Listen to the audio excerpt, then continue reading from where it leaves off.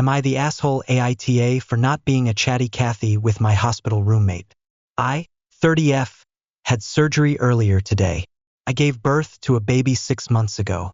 There was a complications which could not have been able to be operated on at the time. So I was the first surgery for the day. The nurses kept mentioning it. After recovering, I was brought to my observation ward.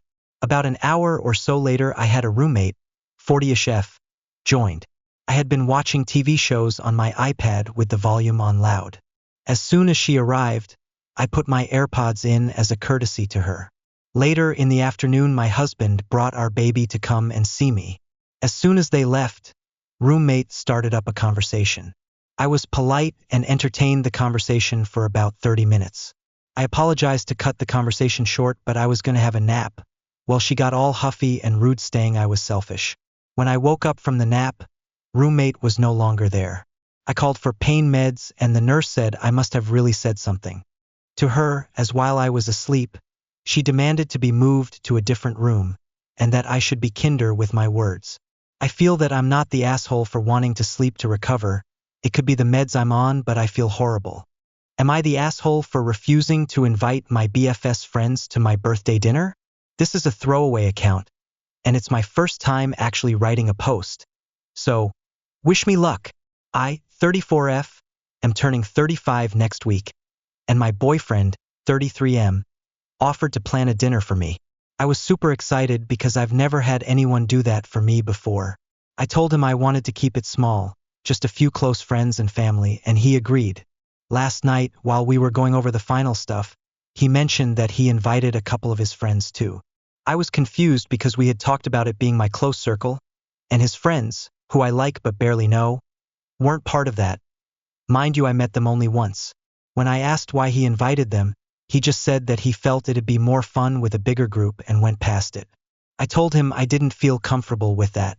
I really wanted a dinner with the people closest to me like I do every year. We've been dating for a little less than a year and this is my first birthday with him.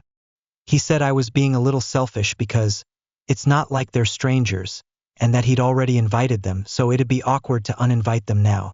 I told him I'd like it if he explained to them that this was meant to be a small, personal dinner and apologized for the mix-up. He got annoyed and said I was overreacting and that I should just loosen up because they're fun and would make the night better. Now he's in a bad mood and I'm second-guessing myself. I don't want to seem ungrateful since he's putting effort into planning the dinner, but I also feel like I'm being ignored. So am I the asshole? Am I the asshole AITA for refusing to share my Christmas gift from work? For context, both my wife, 43F, and I, 42M, started new jobs this year. My job has better conditions in general, but I also pay for almost our expenses. Rent, food, bills, etc. as she's working part-time. One of the benefits she gets is discounts for many brand products from different shops, so she's been able to get herself some nice things. When I asked if I could get STH I was looking for with her discount, she said she didn't feel comfortable doing that. Alright, fine. Well, last week my company gave me a gift card with 200 euros, and when she found out, she started planning on how to spend the money without even asking me. I simply told her I didn't know what I was going to use the money for, as I have until the end of June 2025 to use it, but that I didn't want to spend it on stuff for the house as I wanted to go towards something I want. Now she's mad at me saying I'm being selfish, but I honestly don't think I am. For context, when she used her discounts to get stuff, it was all for her, not for us, so I don't see why me doing the same would make me the bad guy here. Am I the asshole for not letting my parents come over for Thanksgiving evening/Friday? Hi all. I'm genuinely struggling with this and need some perspective. Am I overreacting? Or was I justified in standing my ground? Let me set the scene. I grew up in a family where boundaries around visits were, let's say, non-existent. It was completely normal to drop by my grandparents' house unannounced. Sometimes we'd call an hour before arriving, or even show up to stay the weekend with only a day's notice. As a child, I didn't question it, it was just the way things were. But as I got older, particularly in my teenage years, I started to feel frustrated by the lack of planning.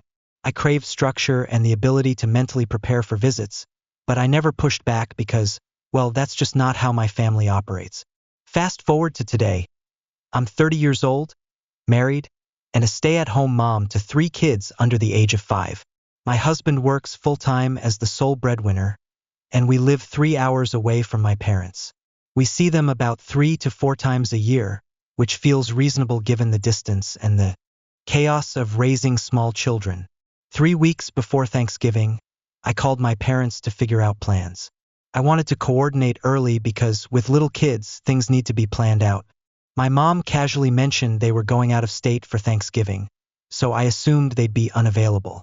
I told her, all right, I'll let father-in-law know we're free, and made plans to have Thanksgiving dinner at my father-in-law's house, which is only a 20-minute drive from us.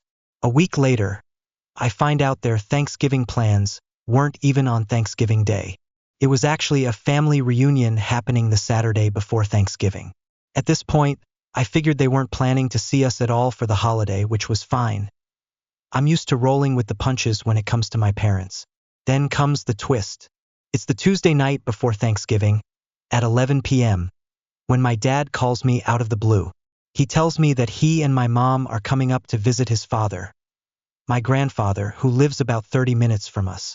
My dad then casually announces, "Oh, and we're planning to stay at your house for the night." I was caught completely off guard.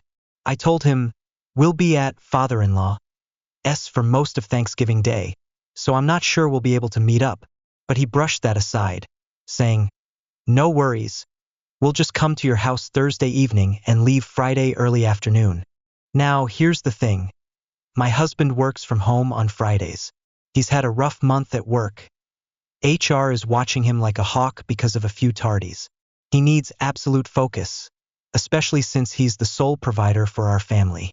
The last time my parents visited while he was working, it was a disaster. Despite my reminders to keep the kids quiet and avoid distractions, they constantly interrupted him with questions, noise, and chaos. My kids, naturally, got excited having their grandparents around and were bouncing off the walls. It's not a situation we can afford to repeat. I explained this to my dad as gently as I could, emphasizing how important it is for my husband to have a quiet work environment. My parents didn't take it well. My dad scoffed, "Can't he just shut the door and work in the bedroom?" My mom chimed in, "Why can't he just go into the office for the day?" I tried to stand firm, explaining that we'd already made plans for Thanksgiving and that I'd called them weeks ago to figure this out. But they hadn't mentioned visiting until less than 48 hours before their arrival. The conversation got tense. My dad muttered something about how we never make time for family anymore, and my mom sounded upset as she said, "We just want to see you and the kids. Why is that so hard?" I felt torn. I love my parents, and I want my kids to have a good relationship with them. But I also feel like they don't respect my time, my husband's job, or the fact that I'm trying to raise 3 little kids with some semblance of order. After hanging up, I felt awful. I started second-guessing myself. Should I have just let them come and figured it out? Was I being unreasonable by standing my ground? I'm trying to balance my parents' desire to visit with the reality of my family's needs, but I feel like I'm being pulled in 2 directions. So here I am, asking what is the proper amount of notice a parent should give for wanting to stay at their adult child's house? And ultimately, am I the asshole for saying no to my parents coming over on such short notice? What do you think? Am I overreacting? Or did I make the right call? Am I the asshole for expecting my friend to stick to our original plan?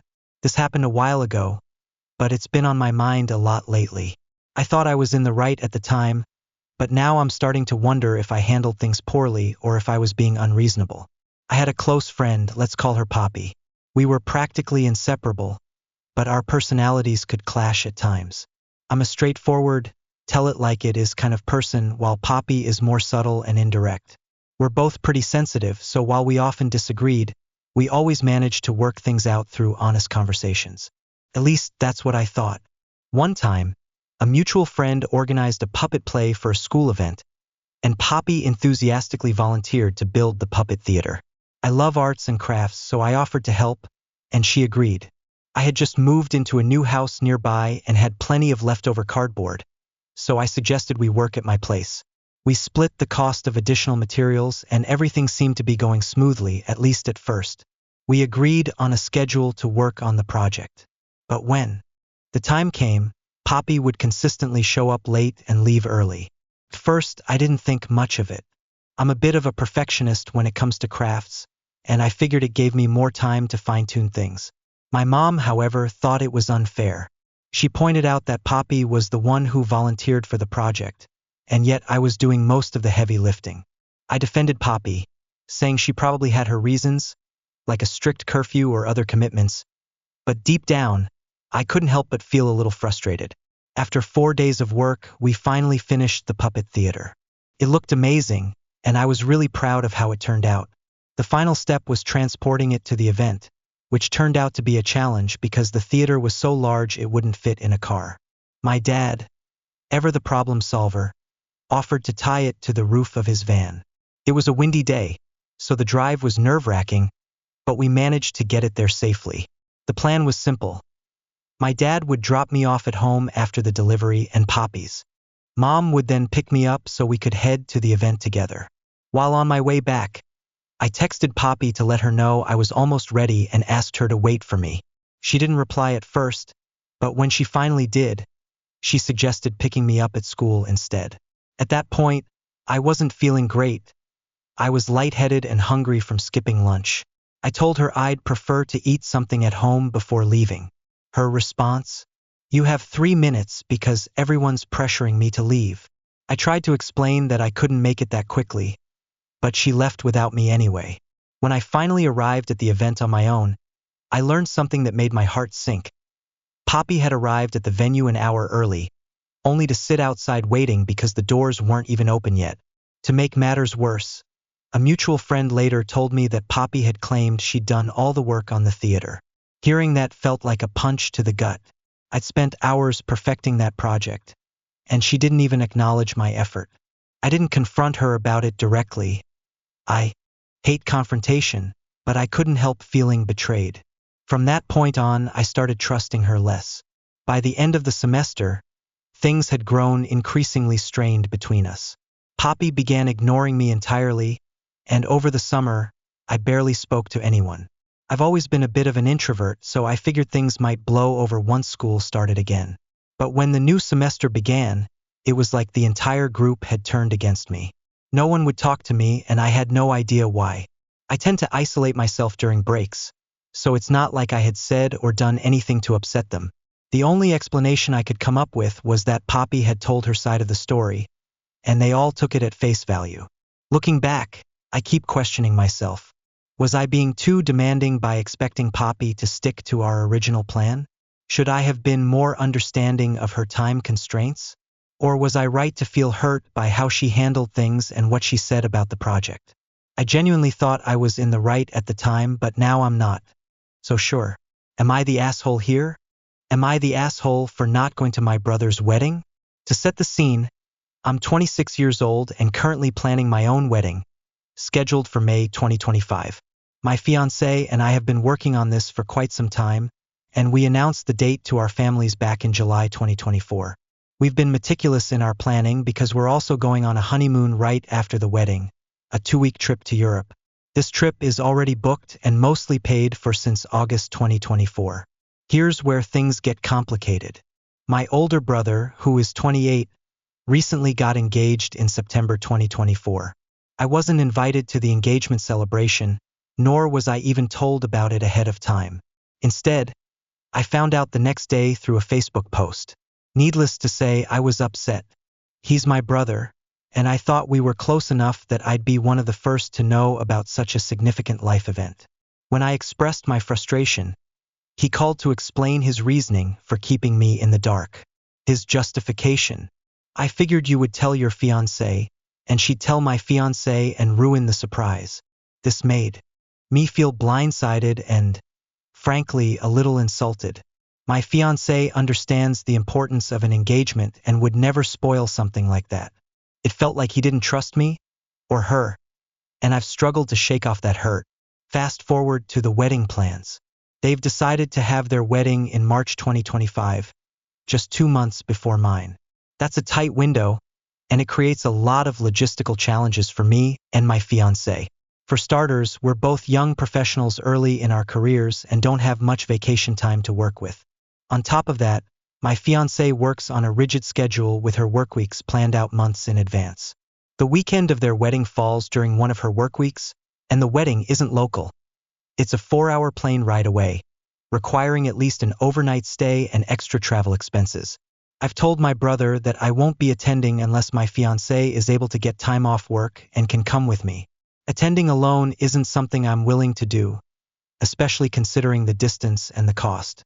I also feel conflicted about how this whole situation has played out. First, I wasn't included in the engagement announcement, and now the wedding date feels like it's squeezing in right before my own big day, adding unnecessary stress to an already hectic time. It's not that I don't care about my brother's happiness. I do. But given the timing, the circumstances, and how things were handled, I feel justified in prioritizing my own life and commitments. As it stands, my fiancé and I plan to attend if both of us can make it work. But realistically, it's not looking likely given her schedule and our limited time off. My brother hasn't taken the news well, and there's been tension between us ever since. So, am I the asshole for not attending my brother's wedding under these circumstances? Or am I being reasonable by setting boundaries and focusing on my own plans? Am I the asshole for losing my temper when my roommate compared caring for his cat to caring for my child? I, 30F, have lived with my roommate, 45M, for 5 years now. We've been friends for 15 years, and our living situation has generally been smooth sailing. He's a great guy, and he's always been kind to me and my 5-year-old daughter, who I'm raising on my own. But we've had some tension lately, and it all came to a head tonight. Here's some background. I work from home in academia, which involves a lot of reading, writing, and research. My job often demands long hours and intense focus. My roommate, on the other hand, works a blue-collar job, leaves early in the morning, and comes home late, usually after 7 p.m. and sometimes as late as 11 p.m. He drinks heavily, and I've noticed that over the years, his cognitive abilities seem to have declined. He often repeats the same basic points, like he's trying to explain something complex, but it's just basic stuff that he says over and over, making the conversation frustrating. I'm a decade and a half younger than him, and I don't drink, so I tend to be more focused and sharp. It's not that I'm trying to be rude or dismissive, but sometimes he'll repeat himself 5 times, and it gets under my skin. 3 years ago, he brought home 2 kittens, a black one and a white one. He takes care of them, but I also spend time with them during the day since he's gone for long stretches. 6 months ago, the black cat went missing for 5 days after someone, not me, accidentally let her outside. I searched for her, found her location, and told him where she was. A month ago, the white cat ran away after getting spooked by something, and unfortunately, she was hit by a car. He found her, came home crying, and slammed the door. I had to go out and retrieve the cat's body, bring it back, and help him bury her. Since then, the black cat has been more persistent about trying to get outside. Every time the door opens, she meows loudly and waits by it, hoping to escape. I've had to rescue her a few times, even once pulling her out from under a car where she was hiding. Tonight, I was decorating the Christmas tree with my daughter when my roommate came home. We must have had the door open for a second, and of course, the black cat bolted out. My roommate asked me where the cat was, and I genuinely thought she was still inside. He went out to look for her, and a few minutes later, came back with her in his arms. He told me, "From now on, not cat outside." I explained that I didn't let her out on purpose, and if I'd noticed, I would have stopped her. I also said that with everything I have going on, working from home, caring for my daughter, cooking, cleaning, etc., sometimes I don't notice the cat trying to escape. She's small, black, and our floors are dark, so I can miss her movements, especially when I'm juggling everything at once. Then he made a comparison that really set me off. He said, "We had a rule that we wouldn't let your daughter on the balcony unsupervised." I responded, "Yeah, of course, but you can't compare caring for your cat to caring for my child." And he shot back, "Well, that says everything about the type of mother you are." And I just lost it. I've been under a lot of stress lately. Work deadlines, holiday preparations, and the usual juggling act that comes with being a single mom.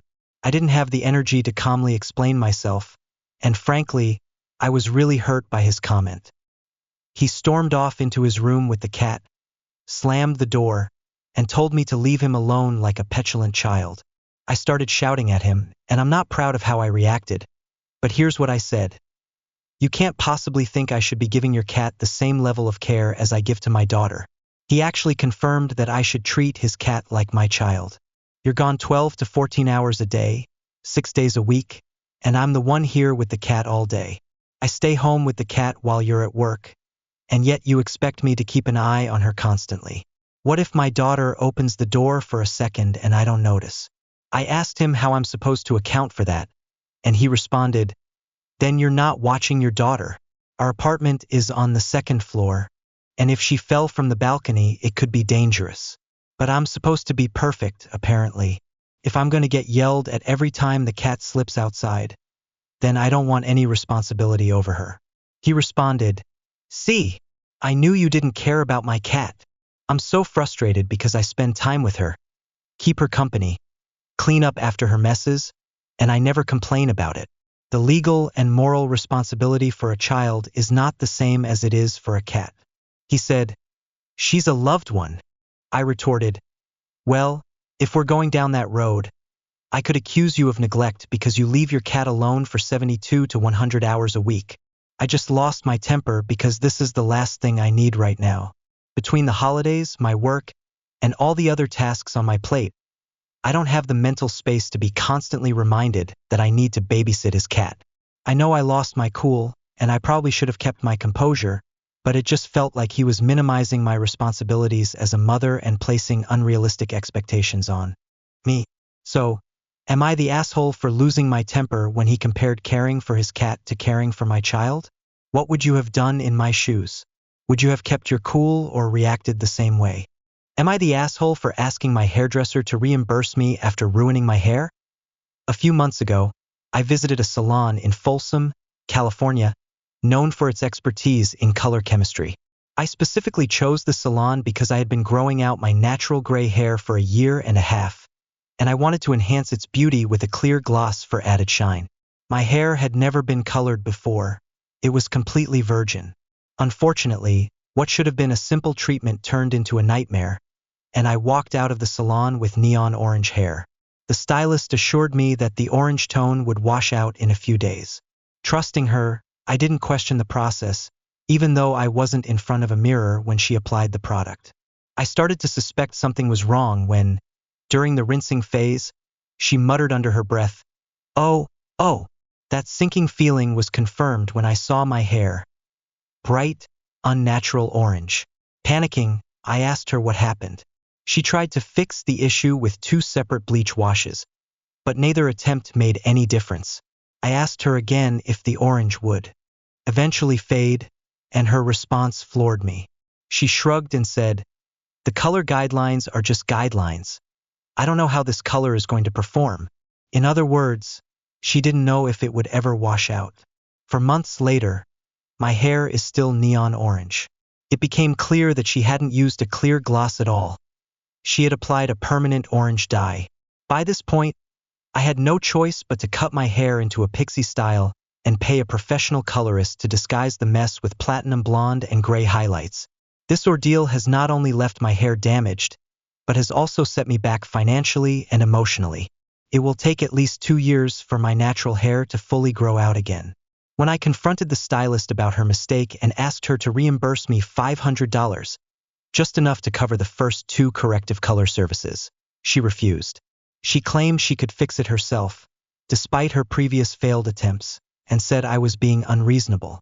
Instead of taking responsibility, she got defensive and said, I've always been nice to you. I've given you perks. Perks? What perks? I paid for every service, tipped generously, and expected basic competence. Nice isn't a perk. It's a baseline expectation when you're paying someone to perform a service. Her parting words to me were, have a better life, as if I was the one who had overstepped. Meanwhile, I'm left with damaged, bright orange hair, out-of-pocket expenses, and months of frustration. So, Reddit, am I the asshole for asking her to reimburse me for some of the damage she caused? Was it unreasonable to expect accountability? Or am I justified in feeling this way? Am I the asshole for telling my sister she's a shitty mother in the family group chat? My sister Sarah, 35, and I, 30F, have a strained relationship. We mostly see each other around Christmas, with occasional family group chat exchanges in between. Sarah has 2 sons, Jackson, 15, and Ethan, 13. Jackson is outgoing, and Sarah is very involved in his life, often reaching out to the family for support with his events, fundraisers, and activities. Ethan, on the other hand, is quieter and more reserved, and for a long time I thought he preferred to stay out of the spotlight. Recently, I've realized it's not that Ethan avoids attention, he just isn't getting any. Until last Christmas, I believed Jackson and Ethan shared the same father. That's when I learned that Jackson's dad left Sarah after she cheated, and Ethan was the result of that affair. Over time, I began to notice a troubling pattern.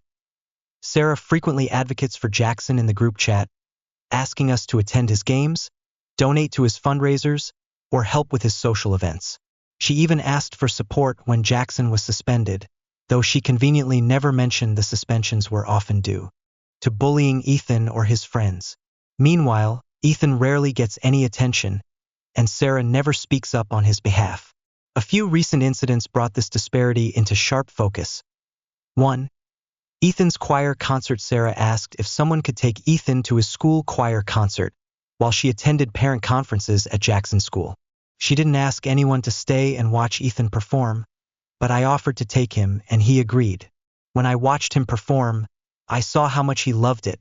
He had a solo, was smiling, and clearly enjoyed himself.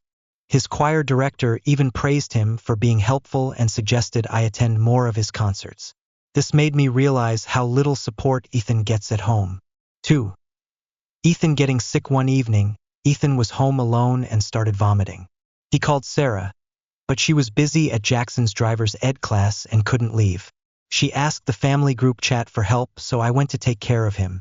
She didn't come home early, even though her son was sick. 3. Ethan breaking his hand. 2 weeks later, Ethan broke his hand. Once again, Sarah's response was minimal, and she left the responsibility of helping him to others. 4. Symphony tickets. Last weekend, I bought tickets to the symphony for Ethan and me but got sick and couldn't go. I transferred the tickets to Sarah and begged her to take him instead. She said she would. When I followed up with Ethan to ask how he liked it, he didn't respond. I called Sarah and found out she hadn't taken him. She forgot and didn't arrange for anyone else to go either. The very same day, she was in the group chat asking for financial help for Jackson's Washington, D.C. trip. I'd had enough. In the group chat, I told Sarah she was being a shitty mother. I pointed out how she constantly prioritizes Jackson while neglecting Ethan and suggested that her treatment of Ethan might stem from subconscious guilt about her affair or favoritism she learned from our parents. I told her she needed to step up for her son. This caused an uproar in the group chat. While some family members agreed with me, others thought I went too far, and Sarah, of course, labeled me the biggest asshole. ###, was I the asshole? I felt justified in calling Sarah out, because her neglect of Ethan is glaring and harmful, but I did it in a public forum, which some family members feel was unfair. While I stand by my frustration, maybe I could have handled it more privately. However, I worry that keeping silent wouldn't have made any difference to Ethan. So, Reddit, am I the asshole for publicly calling out my sister in the group chat? Am I the asshole for asking my cousin not to eat my food? I'm a 25-year-old man, and I have a cousin, Amanda, who is 24. Amanda has a mental impairment, which means she operates at the developmental level of a 6 to 8-year-old. She's a very picky eater, which can make family gatherings, especially during the holidays, more challenging for her. Most of the time, Amanda sticks to eating rolls or maybe a few bites of the meat that's served. The issue is that her mom, my Aunt Wanda, never brings food specifically for Amanda, even though she knows what her daughter will or won't eat. In our family, we use a group chat to coordinate what everyone is bringing so that we avoid duplicates and can plan accordingly. Despite this, Aunt Wanda doesn't take advantage of the opportunity to plan ahead for Amanda's needs, leaving her to navigate the limited options at the table. Other family members with specific dietary restrictions or preferences, including myself, bring our own food to make things easier. For example, my cousin Elizabeth has a severe dairy allergy, while her sister Cameron avoids gluten. Both of them always prepare and bring their own dishes to ensure they have something safe to eat. Similarly, I'm a vegetarian who also tries to avoid dairy, so I always make my own dishes to share with Elizabeth and Cameron. The rest of the family has always been respectful of our dietary needs and doesn't touch the food we make for ourselves, knowing we prepare only enough for the three of us. At Thanksgiving this year, Elizabeth brought dairy-free and gluten-free mashed potatoes with gravy. Cameron prepared a salad and a veggie tray with a dairy-free dip, and I decided to make a box of dairy-free, gluten-free macaroni and cheese. We set all of our allergen-free food on a separate table to avoid confusion, as there were larger, allergen-containing versions of similar dishes available on the main table. The mac and cheese was the only unique dish that didn't have a regular counterpart on the main table. Amanda noticed the mac and cheese almost immediately. Knowing her tendencies, I tried to preempt any issues by letting her know it was dairy-free and gluten-free, made specifically for me, Elizabeth, and Cameron. I even offered to let her try some after we had served ourselves, just in case she liked it. However, Amanda ignored me, walked straight to the table, and scooped up nearly half the dish onto her plate. I politely asked Amanda to put some back, explaining that it wasn't fair for her to take so much since the dish had been prepared specifically for the three of us with dietary restrictions. That's when everything went downhill. Amanda began screaming and crying, yelling that it was unfair for us to have special food she couldn't eat, especially since there wasn't much food available for her on the main table. She also said no one ever makes food specifically for her. In that moment, I realized that trying to reason with Amanda, while she was so upset, would only escalate the situation. I stayed quiet while Aunt Wanda came over and tried to calm her down. Amanda eventually sat down, took one bite of the mac and cheese, and declared she didn't like it. Then, to everyone's shock, she threw her plate on the floor in frustration. Aunt Wanda quickly ushered Amanda into the kitchen, where she made her a box of Kraft macaroni and cheese. Later, when things had settled down, Aunt Wanda confronted me. She told me that it was inconsiderate of me to bring a dish that Amanda might mistake for something she would enjoy, and she accused me of forcing her to cook for Amanda while the rest of us were already eating. I was stunned. Was it really my responsibility to anticipate Amanda's preferences and modify the food I bring to accommodate her, especially when her mom refuses to take the initiative? Now, I'm wondering, was I wrong for asking Amanda to wait until we got our servings before letting her have some? Or for not making a dish specifically tailored to her tastes? Am I the asshole for screaming at my aunt to get the hell out after she called my little sister Miss Trunchbull? This is a throwaway account because some of my family are active here. Also, English is not my first language, so I apologize for any mistakes. I'm a 17-year-old girl, and my aunt, 40F, recently visited our house along with her daughters, my cousins, 10F and 6F. My little sister, 8F, was so excited because she loves playing with them. She admires our aunt a lot and always looks forward to seeing her. The visit started off fine. My cousins and sister were running around the house, laughing and playing a game of tag. Meanwhile, my dad, my aunt, his sister, and I were sitting at the kitchen table, drinking coffee and chatting. My sister and my older cousin ran past us, with my sister chasing after her cousin, giggling and having fun. Out of nowhere, my aunt yelled, laughing loudly, "Don't fall on her and squish her, Miss Trunchbull." For a second, I didn't even process what she said. My sister suddenly stopped in her tracks, her face going blank, before turning and quietly heading to her room. She didn't say a word, but I could see the hurt on her face. At first, I was confused about the comment. Then I remembered the movie Matilda, which my sister and I had rewatched just a couple of weeks ago. I quickly looked up Miss Trunchbull on my phone, and my stomach dropped. Miss Trunchbull is a mean, aggressive, and physically intimidating character. Definitely not something you'd want to be compared to, especially as a child. Clicked why my sister was so upset. My aunt had essentially insulted her, making a cruel joke about her weight. For context, my little sister is chubbier than many kids her age, though not obese. She struggled with her body image, partly because some kids at school have bullied her. She's confided in my aunt about this before because she trusted her. That made the comment even more devastating. I lost it. I jumped up from the table and started yelling at my aunt, asking how she could say something so cruel when she knew my sister's insecurities. My aunt tried to brush it off, saying it was just a joke, but I wasn't having it. We got into a full-blown screaming match, with me telling her to leave if she couldn't respect my sister. She eventually stormed out, grabbing her kids and leaving. After she left, I went to check on my sister. She was curled up on her bed, crying. When I sat down beside her, she looked up at me and asked, "Why can't I be beautiful?" Hearing her say that broke my heart. I tried to comfort her, telling her that she is beautiful and perfect just as she is, but it was clear the damage had already been done. Here's some extra context. My aunt has always been critical about weight. She's one of those almond moms who is obsessed with her daughter staying thin and often makes offhand remarks about dieting or needing to be model material. She's made subtle comments about my sister's weight before, like suggesting she shouldn't eat certain foods, but we always brushed them off as inappropriate but harmless. This time, though, she crossed the line. My parents agree that my aunt's comment was hurtful and disrespectful, but they think I overreacted by yelling and kicking her out. I overheard them talking about how out of line my aunt was, but despite this, they still grounded me for being disrespectful. They now want me to apologize to my aunt because she called and said she wouldn't visit us again unless I said sorry.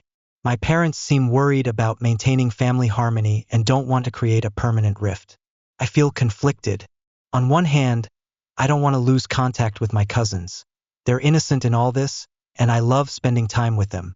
On the other hand, I feel like I was justified in standing up for my sister. If I apologize, it feels like I'd be betraying her and dismissing the pain my aunt caused her. It's been a week since this all happened, and I'm still grounded. My parents are pressuring me to apologize, but I don't know if I can. Did I overreact by yelling at my aunt? Should I just apologize to keep the peace? Or would that send the message that what my aunt said was okay? So, am I the asshole? Am I the asshole for refusing to buy my husband any more gifts? I, 35F, have been married to my husband, James, 39M, for 12 years. Every single birthday and Christmas we have the same argument about gifts, and I've finally had enough. The issue boils down to our completely different approaches to gifts, and, frankly, James's frustrating attitude about them. I don't like surprises. Growing up, I lived in a cluttered home where gifts often felt more like a burden than a joy. If someone gave me a present I didn't like, I had to keep it to avoid offending them. This left me grappling with guilt, frustration, and the annoyance of figuring out what to do with the unwanted item. For me, the best gift is something practical or meaningful that I've explicitly asked for, which avoids stress and ensures I'll actually use and appreciate it. James, on the other hand, loves surprises, both giving and receiving. The problem? He's incredibly picky. Every time he says, "Oh, I'm all right with anything," and I try to pick something thoughtful, he responds with some version of, "Actually, I wanted XYZ." It completely dampens the mood and makes him seem ungrateful, even if he doesn't mean it that way. The hypocrisy is maddening. If the roles are reversed and I don't gush over his surprise gift, he gets sulky and upset.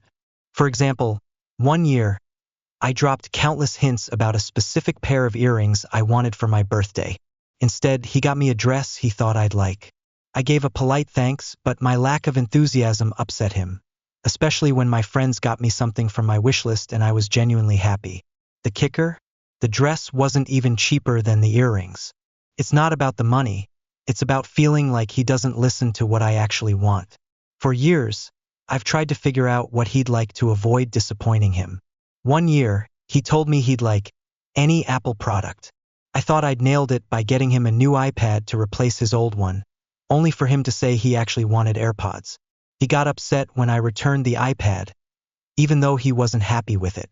Another year, he asked for jogging socks from a specific brand, so I got them. Guess what? Wrong variant. Then there was the wallet he obsessed over. For 6 months, sending me links and reviews. I bought it, thinking I'd finally gotten it right. Nope, he wanted something else. This happens over and over, and it's exhausting. This year, I tried to avoid the guessing game by asking him directly what he wanted. He playfully said, "Surprise me," and I snapped. Years of pent-up frustration spilled out. I told him he's an ungrateful child who never appreciates what I give him and that I'm done stressing over his gifts. I said that if he couldn't tell me what he wanted, he'd get nothing. I also told him to stop surprising me with gifts I don't want, because he can't handle it when I'm not over the moon about them. I told him he's a hypocrite for expecting me to be grateful for things I don't want when he can't even manage that himself. Now he's sulking, which has become his go-to response when I don't cater to his whims. I feel bad for lashing out, but I'm at my wit's end. The whole situation feels ridiculous. Gifts are supposed to be a thoughtful gesture, not a source of stress and conflict.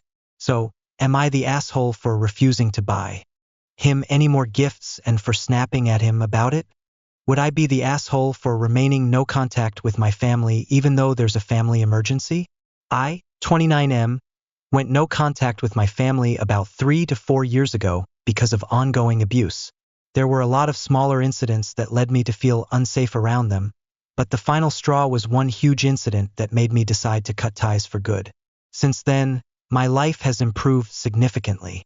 I moved away, started my master's degree, and have been able to remove a lot of toxic people from my life.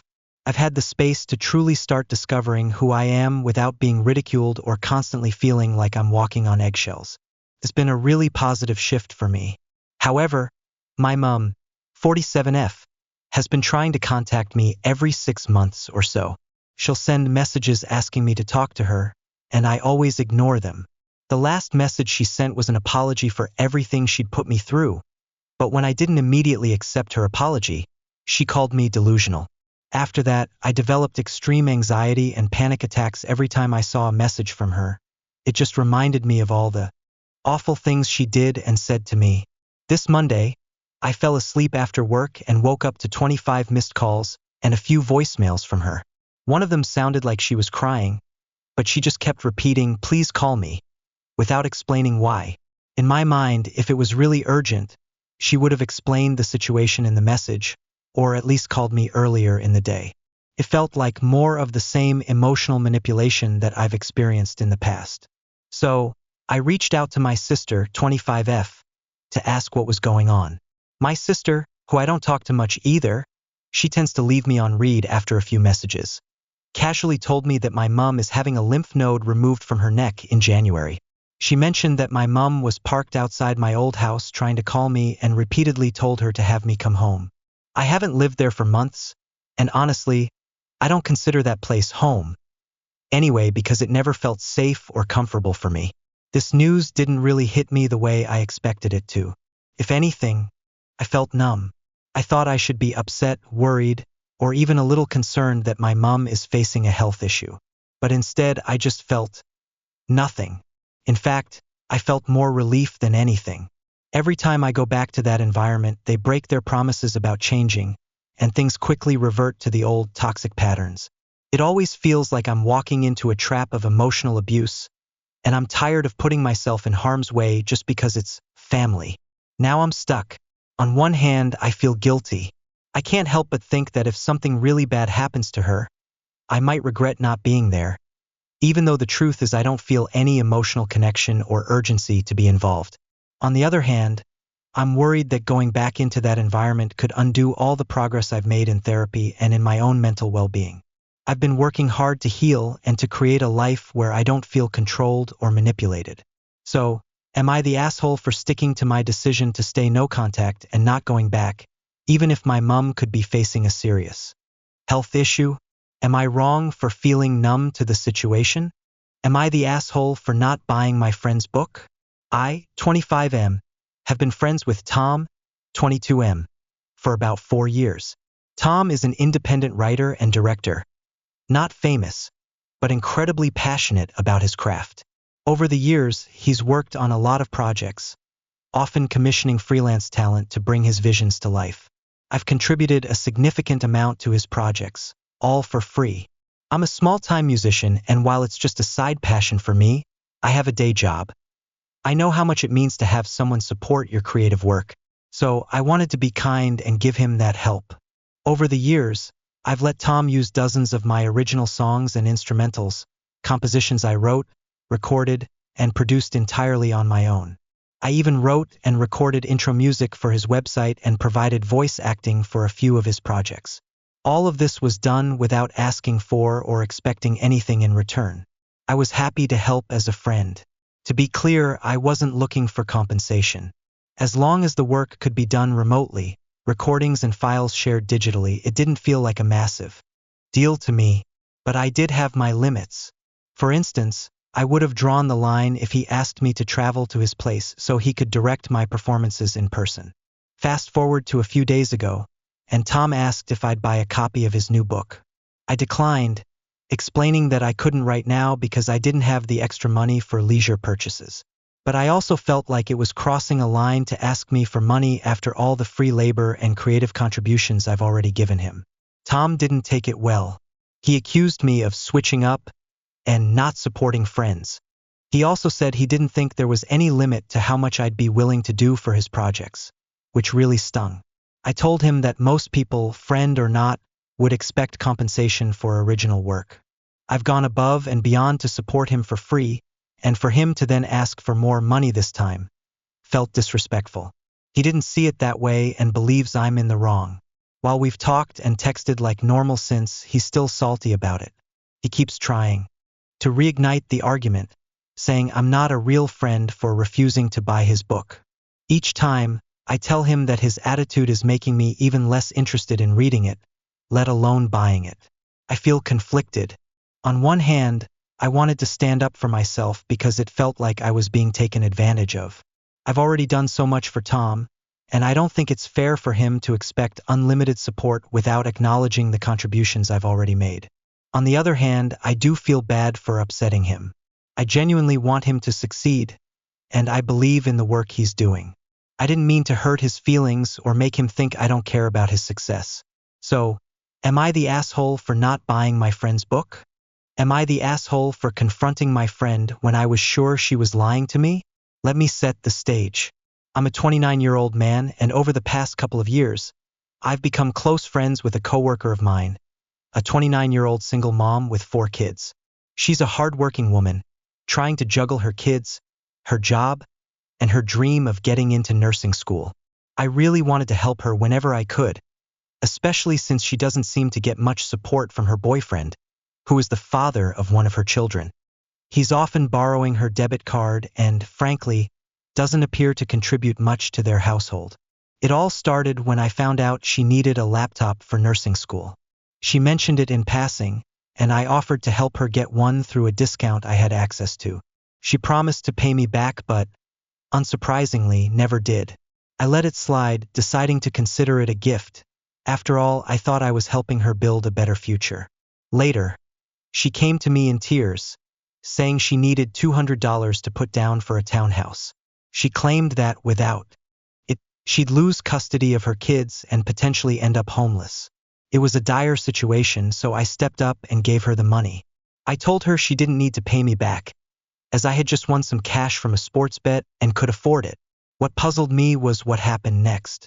Not long after, she mentioned needing $1,000 for the first month's rent, but then magically managed to scrape it together within a few hours. She had been updating me throughout the day, saying how much more she still needed, but suddenly, it was taken care of. I didn't ask too many questions, but it raised an eyebrow. The final straw happened recently. She was visibly upset at work and told me a story about how she'd been scammed on Facebook Marketplace.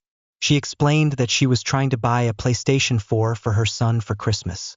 According to her, she sent the last of her money to a woman selling the console, only to have the seller ghost her. She claimed she had no money left. Feeling bad for her son, I offered to finance a PS4 from GameStop and let her pay me back when she could. I placed the order under her boyfriend's name so he could pick it up. However, something about her story didn't sit right with me. The very next day, her boyfriend borrowed her debit card for an oil change. If she had sent all her money to the scammer, how did she still have funds in her account? To make things stranger, she specifically asked me not to mention the Facebook scam to her boyfriend. That's when I started thinking she might have lied, not just to me, but to him as well. What pushed me to confront her was a comment she made later about how unfair it is when women take advantage of men. I couldn't hold back and responded, "Like what you did to me?" I went on to tell her that I didn't believe her Facebook scam story but helped her anyway because I wanted to make her son's Christmas special. I told her that if she'd just been honest with me, I would have helped regardless, but it hurt to feel lied to. Her reaction was a mix of emotions. She denied lying and said she was deeply hurt that I accused her of being dishonest. She hugged me, called me one of her best friends, and thanked me for helping her son get the PS4. But she also mentioned that her boyfriend was already giving her a hard time about the situation, and my comment only made things worse. Now, I'm left wondering if I was wrong to confront her. On the one hand, I feel like I needed to express my feelings about being taken advantage of, something I've experienced in the past. On the other hand, maybe I should have just let it go, considering the end result was a happy kid on Christmas morning. So, am I the asshole for calling her out? Or was I justified in standing up for myself? Am I the asshole for initially not wanting to pick my boyfriend up from the airport? Hi, everyone. I'm a 28-year-old woman who recently flew back to the West Coast earlier than planned due to a family emergency. My aunt passed away, and I wanted to spend extra time with my dad, who was very close to her, and help with the stress of planning her funeral. This has been an emotionally heavy time, and I'm trying to focus on being there for my family. Now, my boyfriend's flight lands at 10 p.m. in a couple of days. The airport is about a 25-minute drive from where I'm staying. I don't have strict plans for that night, but I'll likely be out with my dad and his cousins, possibly drinking wine, as I've been trying to cheer them up and maximize quality time with them. I live across the country, so opportunities like this are rare. When my boyfriend mentioned his flight, I explained the situation and offered to pay for an Uber to pick him up instead of me driving. He didn't outright argue but was clearly annoyed. He mentioned his mom could pick him up if necessary. His family lives nearby in Washington, but I could tell he felt let down. After reflecting on the situation, I started feeling guilty. I worried I might be in the wrong, so I changed my mind and told him I would pick him up after all. But I'm still feeling a bit resentful about sacrificing one of my few nights here to wait around and make a late-night airport trip. Context and other details: I genuinely love my boyfriend and think we have a solid, loving relationship. We both try to do kind things for each other, so this isn't about a major relationship issue. Just one of those little conflicts that pops up now and then. My dad said I was absolutely not the asshole, but my stepmom told me I was. Gotta love family debates. I personally don't expect anyone to pick me up from the airport. I'm more of a call an Uber and get on with it kind of person. That said, my boyfriend has always been happy to pick me up if he's available, and I've done the same for him, though I admit I don't enjoy it. Late-night airport trips stress me out. This situation also reminds me of something similar last summer. I was on a rare visit to see close friends, and my time with them overlapped for only 2 nights. Despite that, I had to spend one of those nights driving an hour each way to pick up my boyfriend from the airport. Some of my family thought I should have just told him to get an Uber, while others insisted it's the kind of thing you do for your partner. Am I the asshole for bringing in my neighbor's cat even after they told me not to let him in? For context, I've always been an animal lover, especially when it comes to cats. A few months ago, I noticed a scruffy, skinny, dirty cat wandering around my neighborhood. He looked malnourished, his fur was matted, and he didn't have a collar, so I assumed he was a stray. I started leaving food out for him, and eventually he began to trust me enough to come closer. One day, I decided to let him inside, gave him a bath, which he surprisingly tolerated, and let him stay the night. From that point on, he became a regular visitor. Over the next 5 weeks, he would sleep in my house every night, curl up in my bed, and even got along well with my other cats. During the day, he'd come and go as he pleased. If he walked to the door and seemed eager to leave, I'd let him out. I was under the impression that he might have been a stray for years, especially since I'd seen him wandering the area for as long as I've lived here, about 4 years. However, something about his friendly behavior made me curious, so I decided to put a collar with my number on him, just in case he belonged to someone. That's when things got complicated. An hour after I placed the collar on him, I received a call. The man on the other end told me that the cat was theirs, that he was well cared for, and that they actually had 7 other cats. I was polite and asked if they wanted me to stop feeding him or letting him inside. At first, the man seemed indifferent, but then his wife got on the line and told me firmly to stop letting him into my house. I agreed, not wanting to cause any tension. After all, it's their cat, right? But here's where it gets tricky. For the past 3 nights, this cat has been sitting outside my gate or on my car, waiting to be let in. I've seen him there at all hours of the night, 3 p.m., 10 p.m., even 2 a.m., just sitting there, looking at my door. The weather has been getting colder, dropping to freezing temperatures at night, and it breaks my heart to leave him out there. Tonight, for example, it's 34 degrees. I opened my door, and from a block away, I saw him sprinting toward me. He came inside, rubbed up against my leg, and immediately went to his usual spot on my bed, purring contentedly.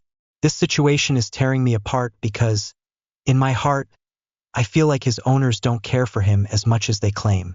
If one of my cats didn't come home after a single night, I'd be out searching, knocking on doors, and doing everything in my power to find them. But this cat had been sleeping in my home for over 5 weeks before they even noticed or reached out. That makes me question their attachment to him. Plus, I've seen this cat wandering outside for years, which doesn't seem to line up with their claims of being attentive owners. I understand that he might be one of their many cats, and maybe they think he's fine being outdoors, but from what I've seen, he craves attention and care. He doesn't just show up for food.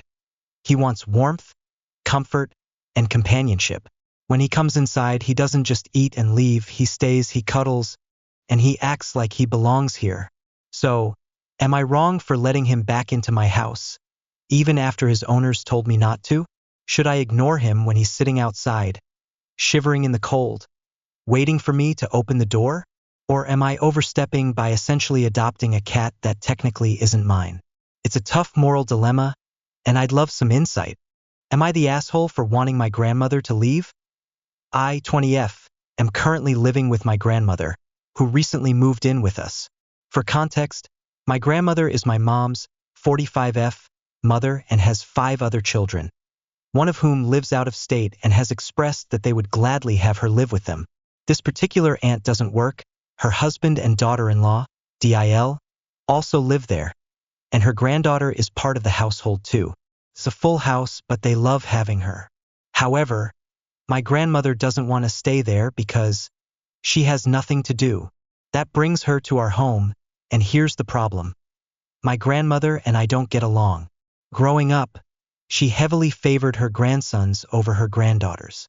There are 16 grandkids in total, and I'm one of the unfortunate 8 girls who she's treated with mild disdain because, as she puts it, we don't have the right equipment. As a child, I tried so hard to win her approval. I wanted her to like me because she's my only living grandparent. But as I grew older, I realized it was futile. I gave up trying to win her affection and decided to be civil instead. But even being civil feels impossible now. My grandmother constantly interferes and makes things worse, whether it's around the house or in conversations. She helps in ways that create more work and sulks when my mom gently points it out. She also undermines me whenever I get frustrated with my brother, 25M. Like when he leaves the kitchen a mess or doesn't clean properly, and she openly sides with him. On top of that, she loves to interject her opinions in everything and even laughs at me when I struggle to communicate, despite my ADHD and dyslexia making conversations challenging. It's like she relishes in belittling me. The worst part for me, though, is the bathroom situation. We live in a 4-bedroom house where 3 rooms have en-suite bathrooms, and 1 does not. She's in the room without one. The separate bathroom has a squat toilet, which she can't use due to her age, leaving her with 3 options. My parents' bathroom, my brother's bathroom, or mine. Here's where things get tricky. My brother locks his room once he's home, and in our culture, it's considered inappropriate for someone to enter the bedroom of a married couple without explicit permission, so she uses my bathroom. I've been dreaming of having my own bathroom for years, and now I have to share it with her. I have diagnosed OCD, which I've stopped medicating for, And I have strict rules about how my bathroom should be kept. She constantly breaks them. She doesn't close the toilet lid, doesn't use the hand shower on the floor to clean up accidents, and leaves the bathroom door open after using it. It makes me incredibly uncomfortable and anxious. Yesterday, I asked my mom when my aunt, the one who lives out of state, was visiting. My mom was surprised because I don't particularly like this aunt either, but she knows that when my aunt visits, my grandmother usually goes to stay with her for a few months. My mom quickly realized what I was implying and called me an asshole for wanting my grandmother to leave. She said I was being mean and disrespectful because, at the end of the day, she's still my grandmother. I feel conflicted. I know my grandmother is family, and I don't want to come across as ungrateful or cruel, but the stress of living with her is affecting my mental health. Am I being unreasonable for wanting her to stay with one of her other children, especially since they're willing and happy to have her? Or am I justified in feeling overwhelmed by her presence in my space? Am I the asshole here? Am I the asshole for not attending my family's Christmas gathering because I can't afford the $250 white elephant gift? I am a 29-year-old woman, and my family has a long-standing tradition of hosting a big Christmas gathering every year. It's a time when everyone gets together, enjoys great food, celebrates the holiday spirit, and participates in our highlight activity, the white elephant gift exchange. This tradition has always been fun, lighthearted, and something I genuinely look forward to each year. However, this year things took an unexpected turn. My family decided to raise the price limit for the white elephant gift to an eye-watering $250. Yes, you read that right. $250 for a single gift. I was honestly shocked when I first heard about it. While I understand that inflation has increased the cost of just about everything, this new price limit feels extreme. The White Elephant Exchange has always been about quirky, humorous, and creative gifts, not extravagant or overly expensive ones. It feels like the entire spirit of the game has shifted to something far more materialistic than what it used to be. For context, I'm currently in a pretty tough spot financially. This year has thrown a lot of unexpected expenses my way, including significant medical bills and the usual cost of living, which feels like it's constantly rising. Once I pay for my rent, groceries, utilities, and other essential bills, I'm left with very little disposable income. To put it plainly, spending $250 on a single gift is just not in the realm of possibility for me right now. Even if I could scrape together that kind of money, it would mean sacrificing other important needs, and frankly, that's not something I'm willing to do for one evening's event. When I first heard about the new price limit, I tried to stay open-minded and think about alternatives. I figured maybe I could talk to my family and suggest a more reasonable approach, like lowering the limit or allowing for some flexibility so that everyone could participate comfortably. But when I brought up my concerns, the response was less than understanding. My mom dismissed my concerns outright, saying I was being petty and making a big deal out of just one gift. She argued that it's Christmas, and the gift exchange is meant to be fun, so I should stop overthinking it. My dad chimed in with his own perspective, saying I was missing the point and that the holiday season isn't about money but about togetherness and joy. While I can agree with the sentiment in theory, it feels hypocritical to hear that message when a $250 gift is being treated as the new standard. Some of my siblings have also weighed in, and their opinions are mixed. A few of them agree that the new price limit is excessive and makes participation difficult, but they've decided to go along with it anyway because they don't want to cause a stir or go against the majority. Others think I'm overreacting and should just suck it up for the sake of tradition.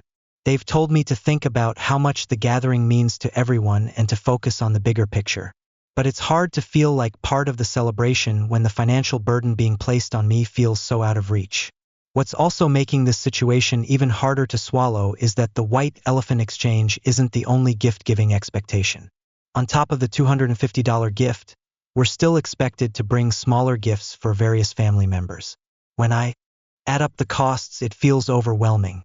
I'm already stretching my budget thin to make ends meet, so adding all these extra expenses into the mix is just not feasible.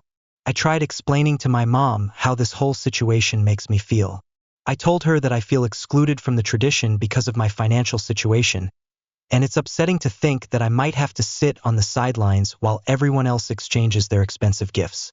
I also mentioned that being there without a gift would make me feel embarrassed and out of place. But instead of trying to understand where I was coming from, she insisted that I was being dramatic. Her response made me feel even worse, like my concerns weren't valid or worth considering. I've thought long and hard about what to do, and at this point, I'm leaning towards skipping the gathering altogether. It's not because I don't want to see my family or celebrate Christmas with them. It's because I don't want to put myself in a situation where I feel stressed, uncomfortable, and financially overburdened. I also don't want to sit there awkwardly watching everyone else exchange gifts while I'm unable to participate. The whole point of the white elephant game is to join in and have fun. But how can I enjoy myself if I can't even afford to play by the new rules? To clarify, the $250 price limit wasn't just a suggestion. It's the amount my family agreed upon as the minimum for the gift. There doesn't seem to be a maximum, which only adds to the pressure to buy something impressive. I've tried to explain my point of view, but it feels like I'm being dismissed at every turn. It's frustrating and disheartening, especially since Christmas is supposed to be about love, generosity, and spending time with the people who matter most. So now I'm left wondering, am I the asshole for choosing to sit this one out? Am I overreacting? Or is it reasonable to feel like this price limit is too much? I don't want to cause drama, but I also don't want to put myself in a situation where I feel financially and emotionally drained. I would love some perspective on this. Am I the asshole for not attending Christmas at my brother's after he said terrible things about my wife?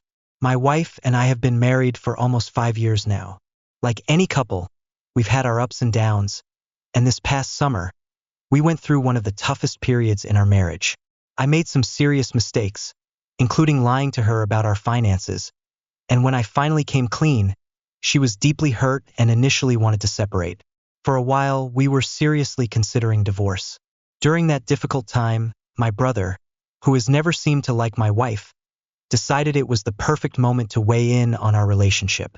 He sat me down and shared a laundry list of reasons why he was convinced my wife had narcissistic personality disorder and that I was a victim of abuse. For context, I have experienced narcissistic abuse in the past, both in a previous relationship and with my mother-in-law, so this accusation hit a nerve. Now, let me be clear. While my wife and I both have our flaws, as any couple does, she is not a narcissist, nor is she abusive. My brother's claims were baseless, and his timing felt opportunistic. He didn't offer any real evidence or examples to support his accusations. It seemed more like a personal attack on her character. What made it worse was the fact that nobody else in the family shares his opinion of my wife. My parents, siblings, and other family members have always gotten along with her and expressed nothing but support for our relationship. At the time, I was already overwhelmed with guilt over my own mistakes and the strain I had caused in our marriage, so hearing these accusations from my brother felt like an extra blow. I did my best to address his concerns calmly, explaining why I didn't agree with his assessment of my wife. By the end of the conversation, I thought we had reached a good understanding. I hoped that would be the last time he brought it up, especially since it wasn't helpful or productive. Fast forward 6 months, and things couldn't be more different. My wife and I decided to fight for our marriage. We started marriage counseling and also began individual therapy, and the progress we've made has been incredible. Our relationship is now stronger and healthier than it's ever been. We've rebuilt trust, communication, and intimacy, and I can honestly say we've never been more in love. It feels like we've turned a corner, and I'm proud of the work we've both put in to get here. The rest of my family has been very supportive throughout this process. They've been rooting for us and made it clear they're happy to see us staying together and thriving. That's why it came as such a shock when my brother decided to revisit his issues with my wife just a week before Christmas. Out of nowhere, he told me he was still concerned about me and doubled down on his belief that my wife is a mean, selfish person who doesn't care about anyone. When I asked him for specific examples of what he meant, he could only point to 2 instances. First, that he overheard her venting about an old boss during a conversation with my mother. She wasn't being nasty or cruel, just expressing relief about leaving a difficult job for a better one. And second, that I've changed since being with her, though he couldn't explain how or why that was a bad thing. Frankly, it feels like he's grasping at straws. It's clear to me that he simply doesn't like my wife, but I don't know why. She's always been polite and kind to him and the rest of my family. She's not perfect, neither am I, but she's far from the person he's trying to paint her as. I can't help but feel like he's projecting something onto her or letting his own biases cloud his judgment. Here's where the conflict comes in. My brother has been hosting Christmas at his house for the past few years, and this year is no exception. Normally, I would look forward to spending the holiday with my parents, grandmother, and siblings, but I don't feel comfortable bringing my wife into a home where the host clearly dislikes her and thinks so poorly of her character. It's one thing for my brother and me to have our differences, but it's another to subject my wife to that kind of environment, especially after everything we've been through and the progress we've made. I've decided that, for this year at least, it would be best for my wife and me to skip Christmas at my brother's house. This decision makes me sad because I genuinely want to spend the holiday with my parents and grandmother. I also feel bad about potentially disrupting family traditions or causing tension. But at the same time, I need to prioritize my wife's comfort and well-being. I don't want her to feel unwelcome or judged, especially during a time that's supposed to be about love and togetherness. To be clear, I'm not saying we'll never attend another family gathering. I value my family and hope we can move past this in the future. I just think that, given how fresh this conflict is, it would be healthier for everyone involved if we sat this one out. So, am I the asshole for skipping Christmas at my brother's house to avoid putting my wife in an uncomfortable situation? Or should I suck it up for the sake of the family and try to smooth things over? Am I the asshole for choosing my baby's name without the help of the father? Before anyone judges or jumps to conclusions, I'd like to ask that you please address the question I'm asking without delving into my personal life beyond what I've shared here. Parenting doesn't come with a rule book, and this situation is complicated. I'm just looking for honest feedback about whether I'm in the wrong in this specific scenario. I'm currently 6 months pregnant, and my child's father has been mostly uninvolved throughout this journey. He talks about what he plans to do as a father once the baby is born, but his actions so far haven't matched his words. From the start, I've handled this pregnancy on my own. I've attended every single doctor's appointment alone, made all the necessary preparations, and dealt with the emotional and physical toll of pregnancy without his support. Early in my pregnancy, things took a stressful turn when genetic testing revealed potential risks for spinal muscular atrophy and sickle cell. These conditions are serious, and the doctors and I needed his cooperation to confirm whether the baby was actually at risk. Because we live in different states, he would have had to provide a genetic sample by mail. However, he outright refused, citing concerns that I would use the opportunity to put him on child support. Let me be clear, I don't need his money. I come from a background where I've worked hard to establish myself financially. I have multiple degrees, several trades under my belt, assets, and a strong support network. I'm more than capable of providing for this child on my own. What I needed from him wasn't financial assistance. It was emotional and practical involvement. I wanted him to show up and demonstrate that he cared about the well-being of our baby.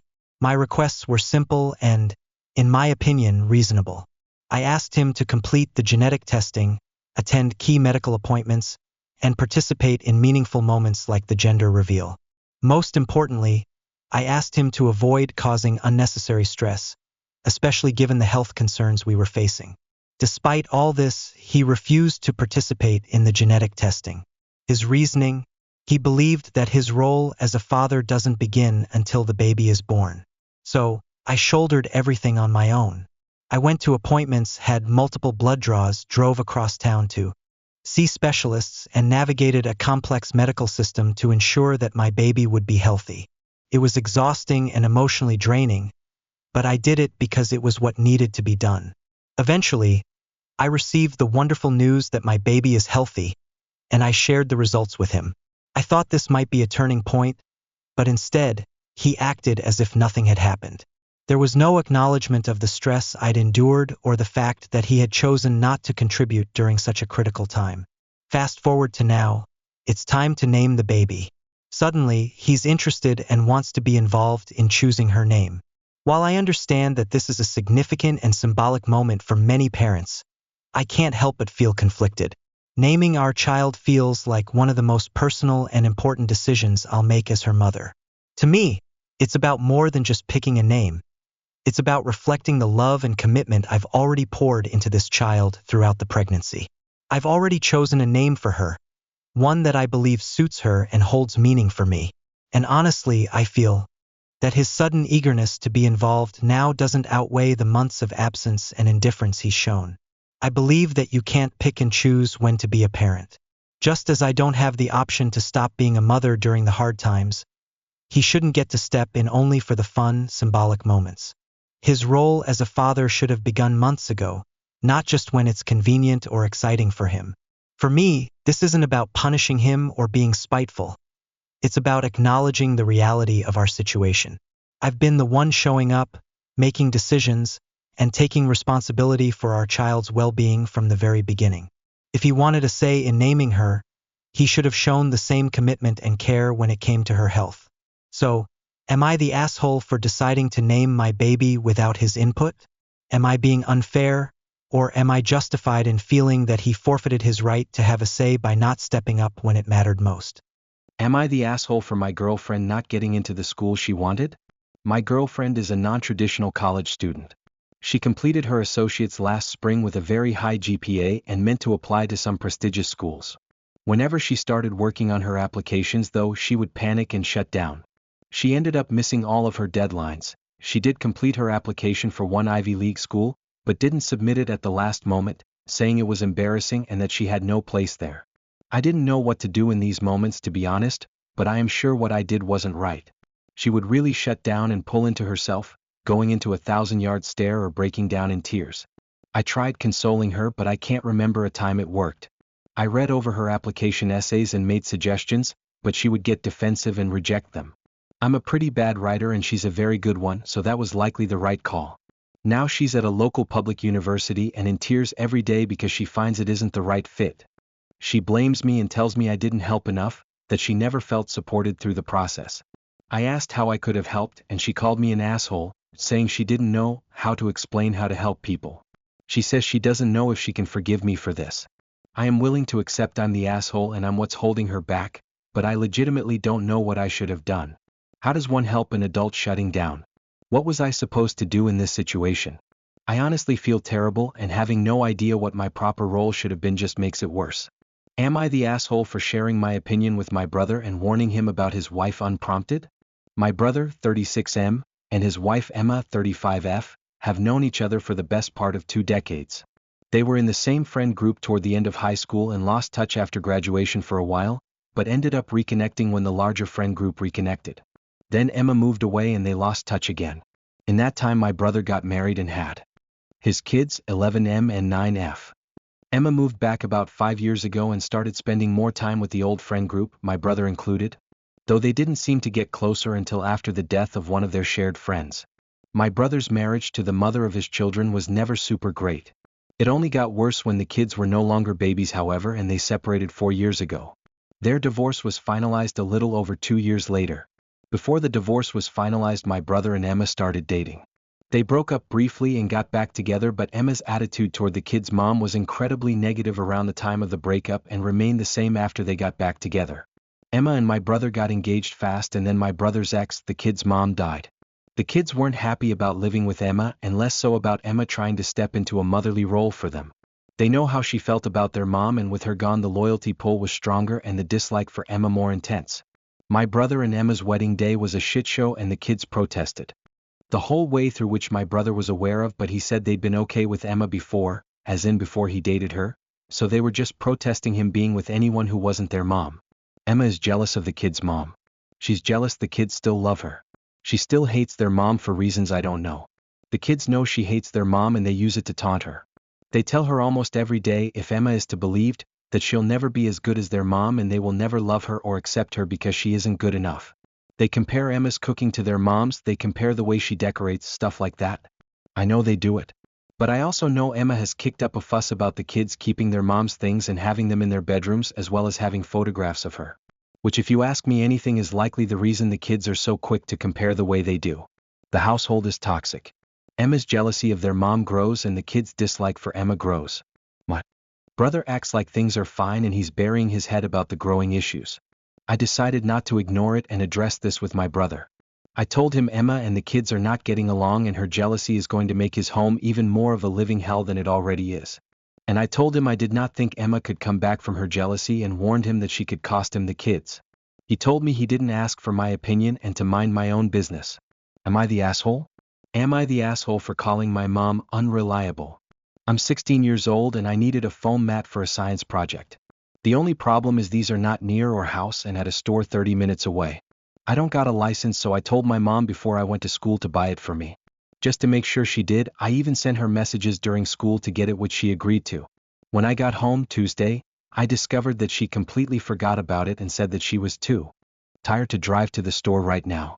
I was slightly nervous because the project is due Friday, but it wasn't too big of a deal because I was sure I could do it in that time.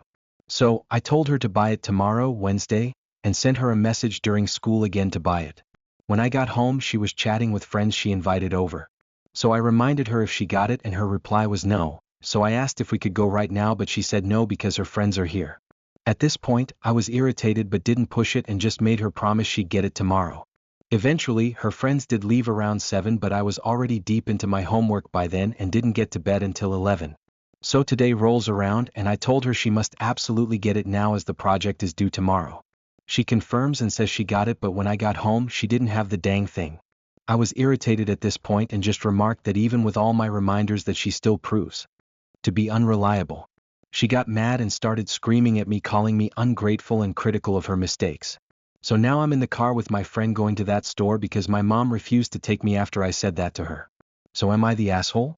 Am I the asshole for not smiling at my mom after she left with my siblings? To start things off, I don't really know what's going on with my parents. Ever since I was a kid, my mom would always suddenly try to leave our house and shit, but this time is the first time she succeeded. So a few days ago I was watching a movie, and my mom started packing up things and I asked her where she was going. She told me to come with her for 2 days and that it's going to be a vacation, but when I asked her where, she didn't tell me. I've known her for so long that I knew she was leaving because of problems involving my dad. I said no though.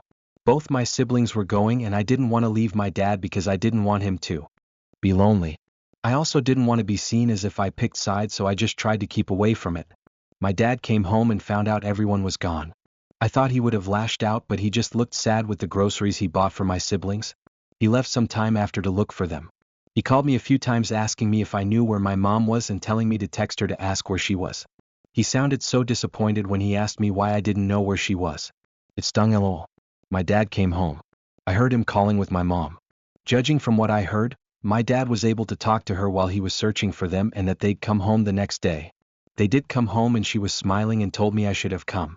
I don't remember what I said, but it was along the lines of I have stuff to do, which was actually true. After that, my mom kept trying to get close with me, constantly kissing me. It was the type of kisses that were disgusting and felt like they left saliva.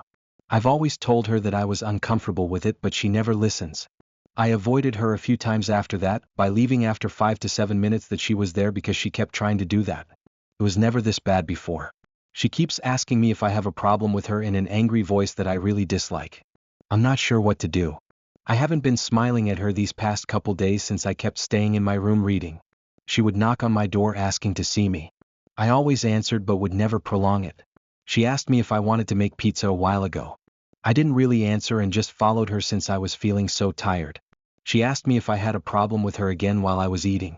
I said no and that I was just tired. I bumped into my dad. He actually noticed that I looked tired lol.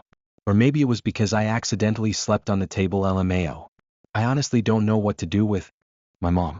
I don't really want to talk to her because she's tried to kiss me again and it's so gross, but she just keeps pushing my boundaries, but at the same time I don't really like frequently getting asked, "Do you have a problem with me?" since it's honestly very uncomfortable. I kinda need advice, but I want to know if it's mean or asshole-ish to not smile at your parents since I'm practicing being a better person. Am I the asshole for telling my email to fuck off? So my husband Cashin, 30M, and I, 28F, and I have been married for 3 years and am currently 30 weeks pregnant, will become relevant later. Cashin has never had a good relationship with his mom because she was very invasive when he was a kid and did a bunch of really crazy stuff to him. Constantly accused him of doing drugs / having unprotected sex, drinking and so much more. For example of severity, one time after she wrongly accused him of stealing her vodka, she pressed the lid of another bottle against his mouth and said something to the effect of, "If you want it so much, then drink the whole bottle. Right now. Drink it." And tried to make him drink it. He left the house. She found the bottle later because she'd put it somewhere safe. To clarify, all of these things were just wild accusations, and it's safe to say that he didn't have a good relationship with her in his childhood or adulthood. He has an okay relationship with his dad, a lot better than his mum, and they talk at least once a month, but it's very rare that he has contact with her now. I've met her once or twice. His family tend to have these really big birthday parties. He has 5 brothers and an incredible amount of aunts/uncles/cousins, and there was one this weekend that we both went to for one of his uncles that he was close to growing up and still speaks to now. He knew that his parents were going to be there, but figured with everyone else that was also going to be there that we could just avoid his mum or whatever worked. All was okay when we got there. We milled around for a bit and Cashin ended up going off to speak to one of his brothers, and I was making my way over to go to see one of his aunts when I was stopped by his mum. I thought she wasn't going to do anything at the party, so we had a conversation and she asked me about how everything is, and then asked if she could touch the baby bump. I kind of laughed it off and said that I'd rather she didn't, because I'm not a big fan of people I don't know touching me. She started getting pushy then, saying stuff like, "I'm going to be this baby's grandmother, and I have a right to know them and watch them grow up." She continued and said, "I know that Cashin hates me, but that's because he was always such a sensitive child." To me, this was the point when I was just done with her shit, and so I told her to fuck off. It just proves to me that she's not changed, because she still doesn't admit to doing any wrong and treats mine and Cass' kid with the same entitlement that she treats him with. I said she had no right to see the baby, and that if she hadn't gotten the clue by now, then she probably never will. I know I could have been nicer about it, but I was just done. Cass and I left and he's not really bothered by it at all, but I know I could have dealt with it with more tact. Am I the asshole? Am I the asshole for telling my FIL that he's a shit father? So I, 27F, knew my husband Rowan, 29M, for a while before we even dated. We grew up in the same town and we were good friends through school, so I met a lot of his family etc. when I was a kid. We lost contact for uni, but then kind of talked again after and have evidently dated and got married. When I was a kid, I always kind of thought that Rowan's dad was weird. I obviously didn't have much context for it then, but I always thought it. His mum passed away when Rowan was young and he has one older brother, 40M, but obviously the age gap meant that they weren't very close for much of his childhood. I know that when Rowan was a teen, he acted out, drank a lot with his friends, got into fights, didn't have good grades. I don't doubt that he was a difficult kid to raise, but I always thought that he was a good person, and still do. When we started dating, he told me about the reasons behind him acting out, that his father was always drinking or out, that he constantly told Rowan that he wasn't good enough, that he was a shit son etc., accused him of sneaking out/unprotected sex/drugs, constantly tore apart his room looking for incriminating things. Rowan's changed a lot now and is a genuinely down-to-earth guy that would help anyone that asked. Him and his father don't really speak anymore. This was mainly due to a huge argument they had when Rowan was about 18, and his dad said that his mum would be really disappointed in him if she was still alive, that he was never going to amount to anything. Rowan told me after that he packed his bags, stayed with a friend for a while, and hasn't particularly spoken to his dad ever again. Rowan and I went back to the hometown this weekend to see my parents, and me and my mum went out to a bar for a catch-up. I immediately recognized his dad because he has a bunch of tattoos of random things on his neck and whatnot that I remember looking at as a kid, and he was standing next to me at the bar. We made eye contact and he looked surprised and said something to the effect of, "I heard you and Rowan got married." I'm surprised. He's always been a skirt chaser. Thank God he doesn't speak to me anymore. I repeated the sentiment that I was glad they didn't speak anymore, but added that it was because he'd been a shit father. He got very defensive, saying that Rowan had been difficult to raise and whatnot, and I just turned around and left to go and sit back down with my mum. I kind of pity him, but I wish I'd just not even spoken to him and left it. Am I the asshole? Am I the asshole for expecting my sister to pay back on the due date the money I lent her for her dog's vet bills? On October 1st, I, 35M, lent my sister, 27F, $2,500 for her dog's vet bills. She promised to pay me back on November 1st. She said she would have the money on that date. I have this in writing via text. I've never lent my sister money before and I generally trust her. I didn't care for her dog, but she loved it. It ended up passing on October 15th. She was devastated. I gave her my condolences and went about my life. On November 1st, I asked her to Venmo me the $2,500. She blows up on me asking how I could ask her for money when she is still grieving. She says it's only been 2 weeks since the dog died and she isn't ready to move on. I told her I'm not telling you to move on, I'm telling you to pay me what I'm owed. I asked if she is saying she is not paying me back. She called me an asshole and hung up. I texted her a screenshot of her agreeing to the November 1st date. She ignored me. I can live without getting the $2,500 back with no material effect on my life, but also $2,500 is not an insignificant amount. In talking with our mom, the vet bill was over $7,000 and it didn't save her dog's life. I found out my mom gifted her $2,000 to help out. I have no idea what my sister's finances are like, but I'm guessing they are not good. She is now 7 days late and I haven't seen a dime. We've had several arguments and this has really deteriorated our relationship. Essentially she is calling me an unsympathetic asshole. But am I? Am I the asshole for asking my mom to text before coming into my home? I 26F, live with my partner, 25M, about 3 hours away from my parents. Today my parents were coming to visit to celebrate my birthday. They said they would get to the house between 3 and 4, so my partner and I planned a lunch with his parents for earlier in the afternoon. At about 2 p.m. I get a Life 360 notice. I check the app and my parents have been at my house for about half an hour. Some context. I tend to feel a bit more sensitive around needing to feel that my home is my space. When we moved in, my mom wanted a key but I wanted the decision of spare keys to be made between me and my partner and asked her to wait and let us talk.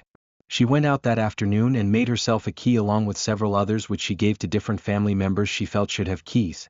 So I am already a bit more sensitive to feeling a need to have control around my home. Anyway, today I called my mom and tried to keep things light by laughing and saying, "Oh mom, you're supposed to text me before you just go in, silly?" But I could tell this upset her and she said she didn't know that was a rule. I was smiling and trying to stay light and I just said, "That's okay, just in future can you text me when you get there and are going in if we're not home?" I tried to make some other small talk but she was upset and so we hung up. I received a text shortly after saying along the lines of, "I do not feel welcome at your house and so I'm leaving. I would never ask you to text me before coming into my home. We will be leaving the cupcakes and gift. We are going to see your brother and then we'll be going home. I feel sick and anxious." I'm not sure if this is an unreasonable boundary to set, though I tried to be as kind and light-hearted as possible with it. I love my mom and all she does for me. At the same time, this is also my partner's home. To me, I feel respected and recognized as an individual when my parents just let me know they have arrived and are going in when I'm not home. I will be talking this through with my psychologist, but in the meantime, am I the asshole? Edit, I appreciate all of the feedback and concerns. I do know who has access to these keys and am not worried about any safety issues. They are people my partner and I would have considered sharing keys with ourselves, but would have wanted to make that decision independently. At this point, we are moving in a few months, so it's not worth changing the locks. I do see the move as an opportunity to reinforce that I am not comfortable with anyone making keys but us and that we will decide who receives these keys. Am I the asshole for leaving my mum home after she added herself to a trip I organized? I choose to organize a solo trip drive from my town to our family's sea house. Usually it's a 4H drive, but I decided I wanted to take many detours to test my recently bought car, making the drive around 8H long. The day before leaving, my mom, who is also in love with our sea house, heard about my plans and decided she wanted to come too. The problem is, she is the passenger driver type of person, and going 1 km/h over the limit, it's a death penalty for her. I love being alone and I like going to our second house because in this period the town is empty and quiet. My mom also liked the peace of this place, but she hates doing something that she doesn't like, and my drive would be restricted to going from A to B and I wouldn't have the same degree of freedom that one gets when being home alone. So I tried to tell her I'd rather go by myself, and after a short talk I left. She didn't look upset, but my sister said she called me asshole a few times after I left. Am I the asshole?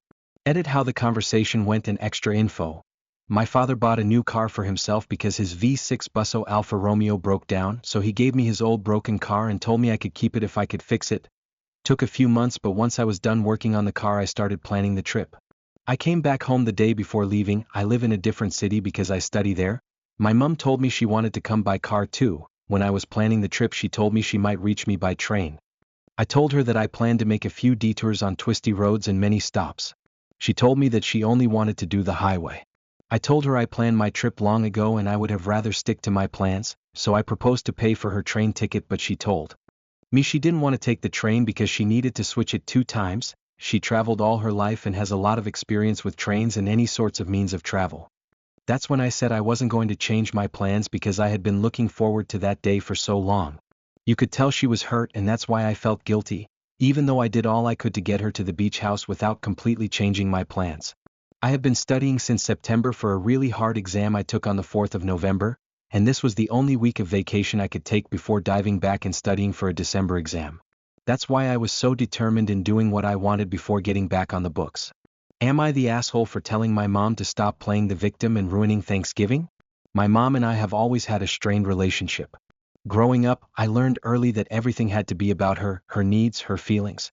I was expected to manage my emotions around her, tiptoeing through every interaction. To keep the peace.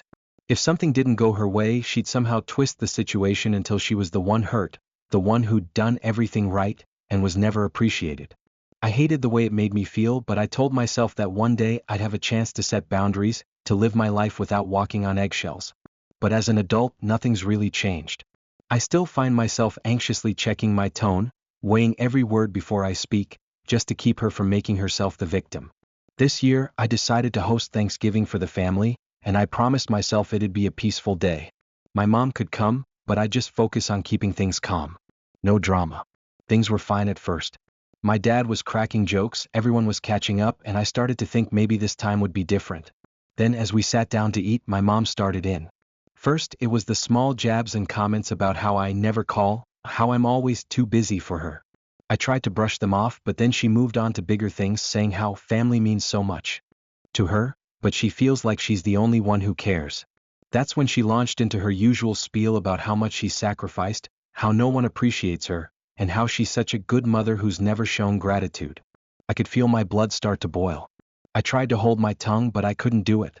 I snapped and said, "Mom, you really need to stop playing the victim. It's exhausting, and it's why we don't get along." The room went dead silent. She sat there, shocked, before her face crumpled and she started crying. She called me cruel, heartless, and said I'd ruined Thanksgiving. She said she'd only ever tried to love me, but I was too selfish to see it.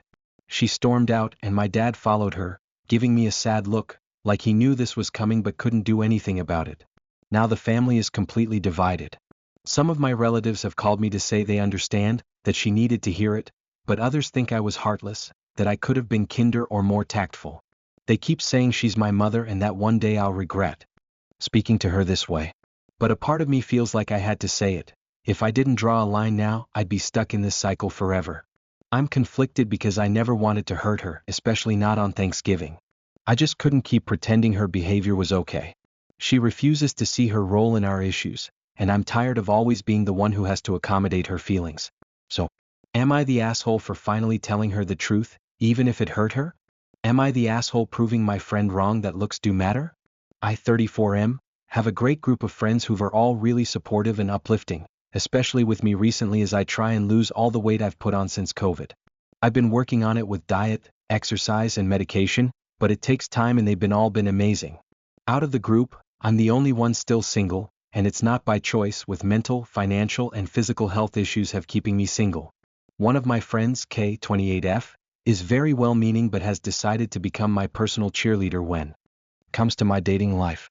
She keeps insisting I try dating apps, saying it will just take some time, I need to be patient, and that my personality will shine through. I've told her I've tried them but haven't had much luck and that it's my looks that are holding me back, which I'm actively working on. Kay insists I'm being too negative about myself. The rest of the group just roll their eyes.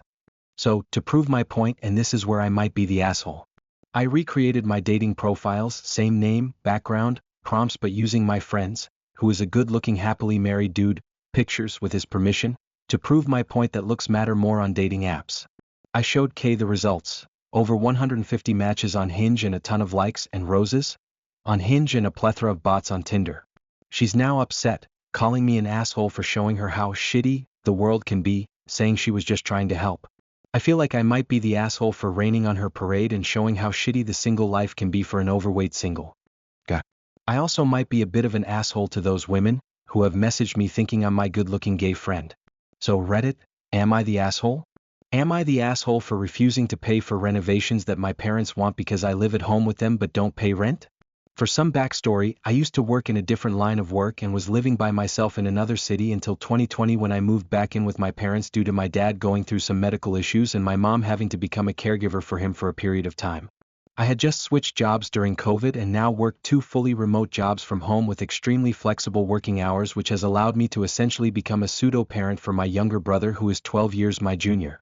I, 29M, currently live with my parents, late 50s, and my younger brother, 17M.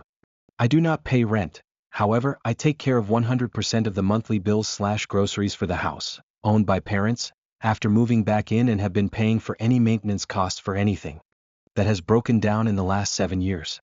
I have also paid for new appliances to replace broken ones that include a new refrigerator, a new washing machine and 3 new AC units. I am also currently taking care of 100% of my brother's college tuition and will be for the next 2 years, paid for his driving lessons, paid for an old car for him, paying for his rent and food, college is in a different part of the country, and paying for his air tickets to come back and visit once every 3 months.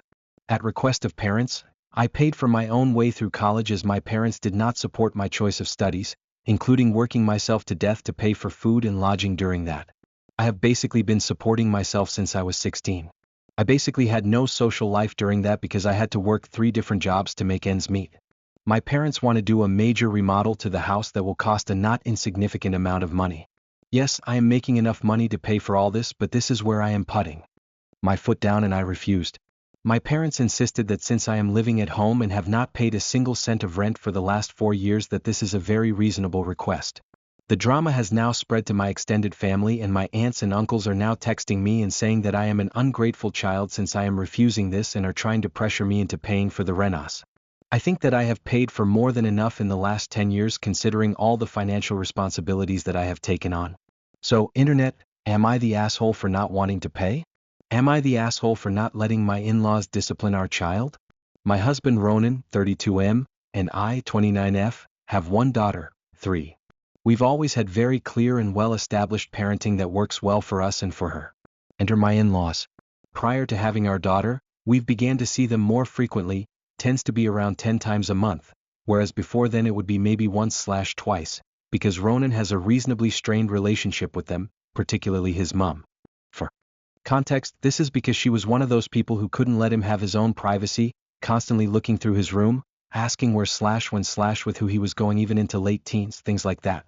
He never completely cut contact, but they've been better since we had our daughter and he didn't want to completely cut them out of being grandparents. They've always had a different approach to discipline than we do, another reason why Ronan has a strained relationship, and it's very shouty/punishment based. Raised voices, very tough love, while we tend to prefer calm discussions, occasional timeouts, and natural consequences. Our daughter's a pretty good kid though, she doesn't tend to act out a lot and usually is more than happy just doing her own thing. Yesterday we went to go and see his parents, and she had a tantrum over her granddad taking her favorite toy from her because she's too old for it now. Before I could step in, Ronan's mom had raised her voice and said, "Behave or else." I tried to remain calm with the situation and told them that we won't discipline her that way, and asked that they leave any disciplinary actions to Ronan and I to deal with. They were offended and said that we were coddling her, and that their methods are tried and true. They also accused us of being too soft and that we don't know what we're doing. Ronan stepped in and said that it was our daughter, and we'd raise her how we believe best. We left shortly after this and his in-laws think that I was overreacting and that I'm the problem. I just want what's best for our daughter. So, am I the asshole for not letting them discipline our daughter? Should I have handled this differently? Thanks for reading and any suggestions. Am I the asshole to ban my son's girlfriend from my house? My 52F, son, 22M, has started bringing his girlfriend over a little over a month ago. The first time he brought her over I took it quite formally and cooked up a feast, but it soon became obvious it's becoming a daily thing and not just a one-time formal thing. The first meeting she came quite a bit late and the food was cold by the time she came. No pardons or anything, and when we were done everyone helped to pack up. And we thought she would kinda get the notion, but since it was her first time here we didn't say anything. As for desserts, I like to do this thing. Example, for cupcake I will prepare the icing and everyone would gather and decorate their dessert, but she made it quite clear from the get-go she wasn't interested in it and stuff. So for basically the last month she's almost here daily and she would request for specific dishes with no thanks and stuff. My other son, 17M, has also verbally called him out on her not contributing anything gently, but she said something around the lines of no ring, no wife duties. I don't see this as a wife duty. I would do this for my friends' hangout and everyone in my house put a hand in. My daughters, my husband and my sons. So today when my son told me that she requested a specific meat pie for dinner, I am quite done. However, I don't want to affect my relationship with my son over this. Especially since he really likes her a lot, but I'm really considering banning her from our dinners. Am I the asshole for taking $6,000 from the sale of a house that my girlfriend and I both owned? Am I the asshole for taking $6,000 from the sale of a house that my girlfriend and I both owned? Me, male 38, and my girlfriend, female 37, bought a home together to live in with our kids. I have 1 daughter and she has 2 boys. She sold her previous house and put all of that money into buying this house with me. She couldn't get a mortgage but made great money and basically put all of the dollar down for the down payment and moving expenses. We both paid the mortgage and started a joint account for the house. I started the account and put $5,000 in it, and we each added the same amount each week to cover the bills and anything for the house. Living together was a mistake, and she sent a text one day while I was at work that she talked to a realtor and she was putting the house on the market after 8 months of living there. The house sold quickly for about what we paid, but not before the first buyer backed out. After the first buyer backed out, she left me to pay the mortgage and utilities for the empty house. After a year and a half, we were awarded the first buyer's down payment of $32,000. I haven't taken any money from the sale of the house at this point, and I think $6,000 would be fair. My ex thinks I should only get what I paid for the lawyer to fight for the down payment, which was $2,750. I feel $6,000 is fair. Like I said, she put a lot of money down, and even though the house sold for a similar amount, she still lost a substantial sum of money. Am I the asshole? To be clear, we bought the house for $630,000, we sold it for $620,000. My girlfriend took all the funds from that transaction. Prior to selling it for $620,000, we accepted an offer of $640,000. This buyer walked away and her down payment was in escrow for about a year and a half. We had to go to court and they awarded us $32,000, which was her down payment. The lawyer cost $5,500 and we split that $2,750 each. So, this $32,000 I would be taking $6,000. Again, I didn't take any funds from the $620,000 sale. She has everything from that and $26,000 from the award. Am I the asshole for telling my sister to stop being weird about our little sister's eagerness with her boyfriend? I don't use Reddit, so my husband made this account for me to post. I, 31F, have 2 sisters, Claire, 27F, and Anne, 20F. Growing up, I had to take on a motherly role for, and since we don't have a dad and our mother was absent, which in turn made every ex-boyfriend and my now husband also have a type of fatherly role for her, taking her to a father-daughter dance, teaching her how to ride a bike, she wants my husband to walk her down the aisle, etc. Claire is, for the first time, dating a guy, Roger, for long enough that we got to meet him, and was extremely excited to get a new person in the family, and the first dinner was okay, she was her usual chatty self and she was all over him. My husband even joked he was being replaced. Claire was a bit moody and snarky, but that's just how she is, so I didn't think much about it. The problem started with dinner at my house, and cooked the whole food. She was nervous because she felt he didn't like her much, so she was trying extra hard. She kept telling him that she cooked this and that, she just wanted a compliment on it, and Claire rolled her eyes and snapped with something like, "He gets it, you're very wife material." Later the 5 of us are drinking wine on the porch and dancing. At some point a certain song started and Anne gasped and cheered up, saying how she tried to teach my husband this dance but he couldn't do it, TikTok dance for what I understood, and asked Roger if he could try it with her. She kinda gets to do it for like 10 seconds before Claire starts yelling and tells Anne to stop being such a whore. She goes on about how Anne's dressed and how she's acting desperate and thinking it's cute to act like that to other people's men. I told her no one is trying to steal her man and she's acting completely insane. Left and we got to talk through the phone the next day. She was ignoring Anne's calls, and she rants about the same things, and I'm again annoyed that she's acting it was malicious on Anne's part. If she had just been annoyed that Anne was being too much, I'd have understood. Like, yeah, Anne is like an overly hyper puppy, so I get it. It'd have been okay for Claire to tell her to back off because not everyone wants to be her friend. But it was the fact that she made it seem like it was something malicious on Anne's part. It felt very disingenuous, especially since Anne is so naive and also has never shown any interest in dating ever. She just got so excited to have someone new, especially older and male, in her life, and it felt wrong that Claire made her feel so self-conscious about it. But also, I get it, it's a girl being eager with your boyfriend and then trying to do TikTok dances with him. I could understand how people might think this is totally weird and inappropriate, but I think someone that's naive enough to downright say, I'm gonna cook for him because I want him to like me, is not someone that's trying to sneakily steal someone's man. Am I the asshole? Edit. Was asked for info in a handful of comments and I can't believe I didn't mention it. Is in special needs / delayed / diagnosed with something? She was in special needs class growing up and her boss tried to get her tested because he thought they could get a tax reduction with her, but it didn't end up happening. No diagnosis. I'd say it's ADHD and a bit of a low IQ, but I'm not qualified to judge that. Edit. Thank you for the harsh judgment, guys. I've apologized to Claire, which led to a very emotional conversation about our upbringing, which made me apologize for giving in more attention, and had already been apologizing since that night, and now Claire finally responded and apologized too, saying she knew and wasn't flirting with him, she just felt insecure and jealous. The whole conversation with the three of us was very long and emotional, and it was so much more than the dinner, so thank you guys for giving me a reality check. Anne's gonna start therapy. Am I the asshole for not asking my GF if it's okay for guests stop by my house? I, 30M, live with my girlfriend, 28F, in a house I bought this past year. An issue that keeps coming up is that my GF keeps saying I'm letting others invade her privacy by having guests like family members, friends, etc., stop by my house for a brief moment even though I let her know in advance. They're usually there to just pick up a tool I borrowed, give me an item really quick, stuff like that. Sometimes a friend will call and say, hey, I'm in your area, do you mind if I come pick up my bike I left at your house? To which I'll say, yeah, sure, no problem. Then I'll let my girlfriend know that my friend is 15 minutes away. She'll get mad because I'm not asking her if it's okay before I agree.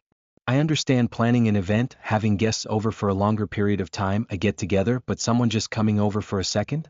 I don't feel like I need to ask her permission if it's okay for these types of things as long as I'm letting her know who and when they'll be coming by. That's a strange conversation to have if I have to let the other person know that I need to check with my girlfriend to see if it's okay before they drop by. No one I know has ever said, hey, let me check with my partner before you come over to see if it's okay for something so small. Am I the asshole? TLDR, I, 30M, live with my GF, 28F, in my house. For guests that come to my house for a brief moment, I usually don't ask her if it's okay for them to come by, but I will give her a heads up to let her know so and so will be coming by at X time. She says I should be asking her. Am I the asshole? Am I the asshole for telling my mum I won't be giving my son her last name? Hi Reddit, I'm a 21F who's expecting my first child with my partner of almost 8 years, 20 meters. Our son is due in less than 2 months.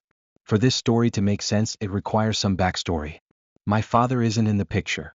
So my immediate family is me, my mother, and my twin. About 3 years ago my maternal grandmother died. I didn't have a relationship with her and neither did my mum due to them always fighting. My grandma was quite wealthy and when she passed away she left me and my twin $500,000 total in a trust that we couldn't access until we were 25. She left my mother nothing. My mother got a lawyer and got money released early from that trust with the condition that me and my twin gave her half of our inheritance each. If we hadn't agreed to give her anything, she would have gotten nothing. Our mum then convinced us to put all the money into a trust of her own for our family exclusively for education and housing, saying it would build stability for future generations. I used this money to get a house that me and my partner currently live in. Since my mum found out I was pregnant, she's been very pushy that we use her last name, which is currently my last name. It's a traditional Scottish name with a capital letter in the middle and a lot of use of the letters M and N. I don't like this last name, it's hard to pronounce from just reading. I also fully intend to take my partner's last name in the future. 3 months ago I told her we wouldn't be using her last name and would be using just my partner's last name. This set her off, calling me petty and ungrateful. I apologized for upsetting her and asked if we could have a conversation about it so I could understand why it upset her. I expressed that I love her and I don't want her to be upset. She refused, saying it was my child and I could do what I wanted. I assumed she had come to terms with it and moved on. Fast forward to last week. I got a text from my mum saying the following: by the way, I've made changes to the trust. Her last name needs to be your child's surname if you want him to benefit from the trust. I haven't worked this hard for the future to support a partner's last name. That's just the way it is. My last name or bust. I'd rather take the lot and spend it. This upset me. I asked her to give me some time and space to think about what she's done.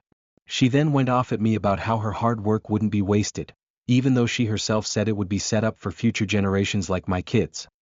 She wouldn't even have any money to blackmail me with if I hadn't agreed to give her half of my inheritance after her own mother screwed her over. I have gone no contact. But I'm starting to wonder if I'm the asshole for not just using her name to keep her happy in order to make sure my son gets access to that money. I don't want him to miss out just because his grandmother is an entitled piece of work. So Reddit, am I the asshole? Am I the asshole for expecting to be included in boyfriend's daughter's birthday trip? My BF and I have been together for 2 years. We live together. We both have kids that I have mine 24/7. He has his daughter every other weekend. Sometimes his daughter stays with me for all her school break while dad works. When we got together we agreed that we would treat each other's kids as our own. I try to be involved as much as can but try not to overstep as he co-parents with his ex. I haven't met his ex yet. I haven't asked to meet her and neither has she. At this point in our relationship I assume that I'm his family. Yet he keeps me separate from his daughter when it comes to sports, birthday parties, etc. He never invites me, only says, I have this going on for my daughter, and is on his way. I've always respected it, never questioned it, and remained in the background. 3 months ago he mentioned he would work OT or a second job to save up for Disney for his daughter's birthday. He never invited, he only mentioned it.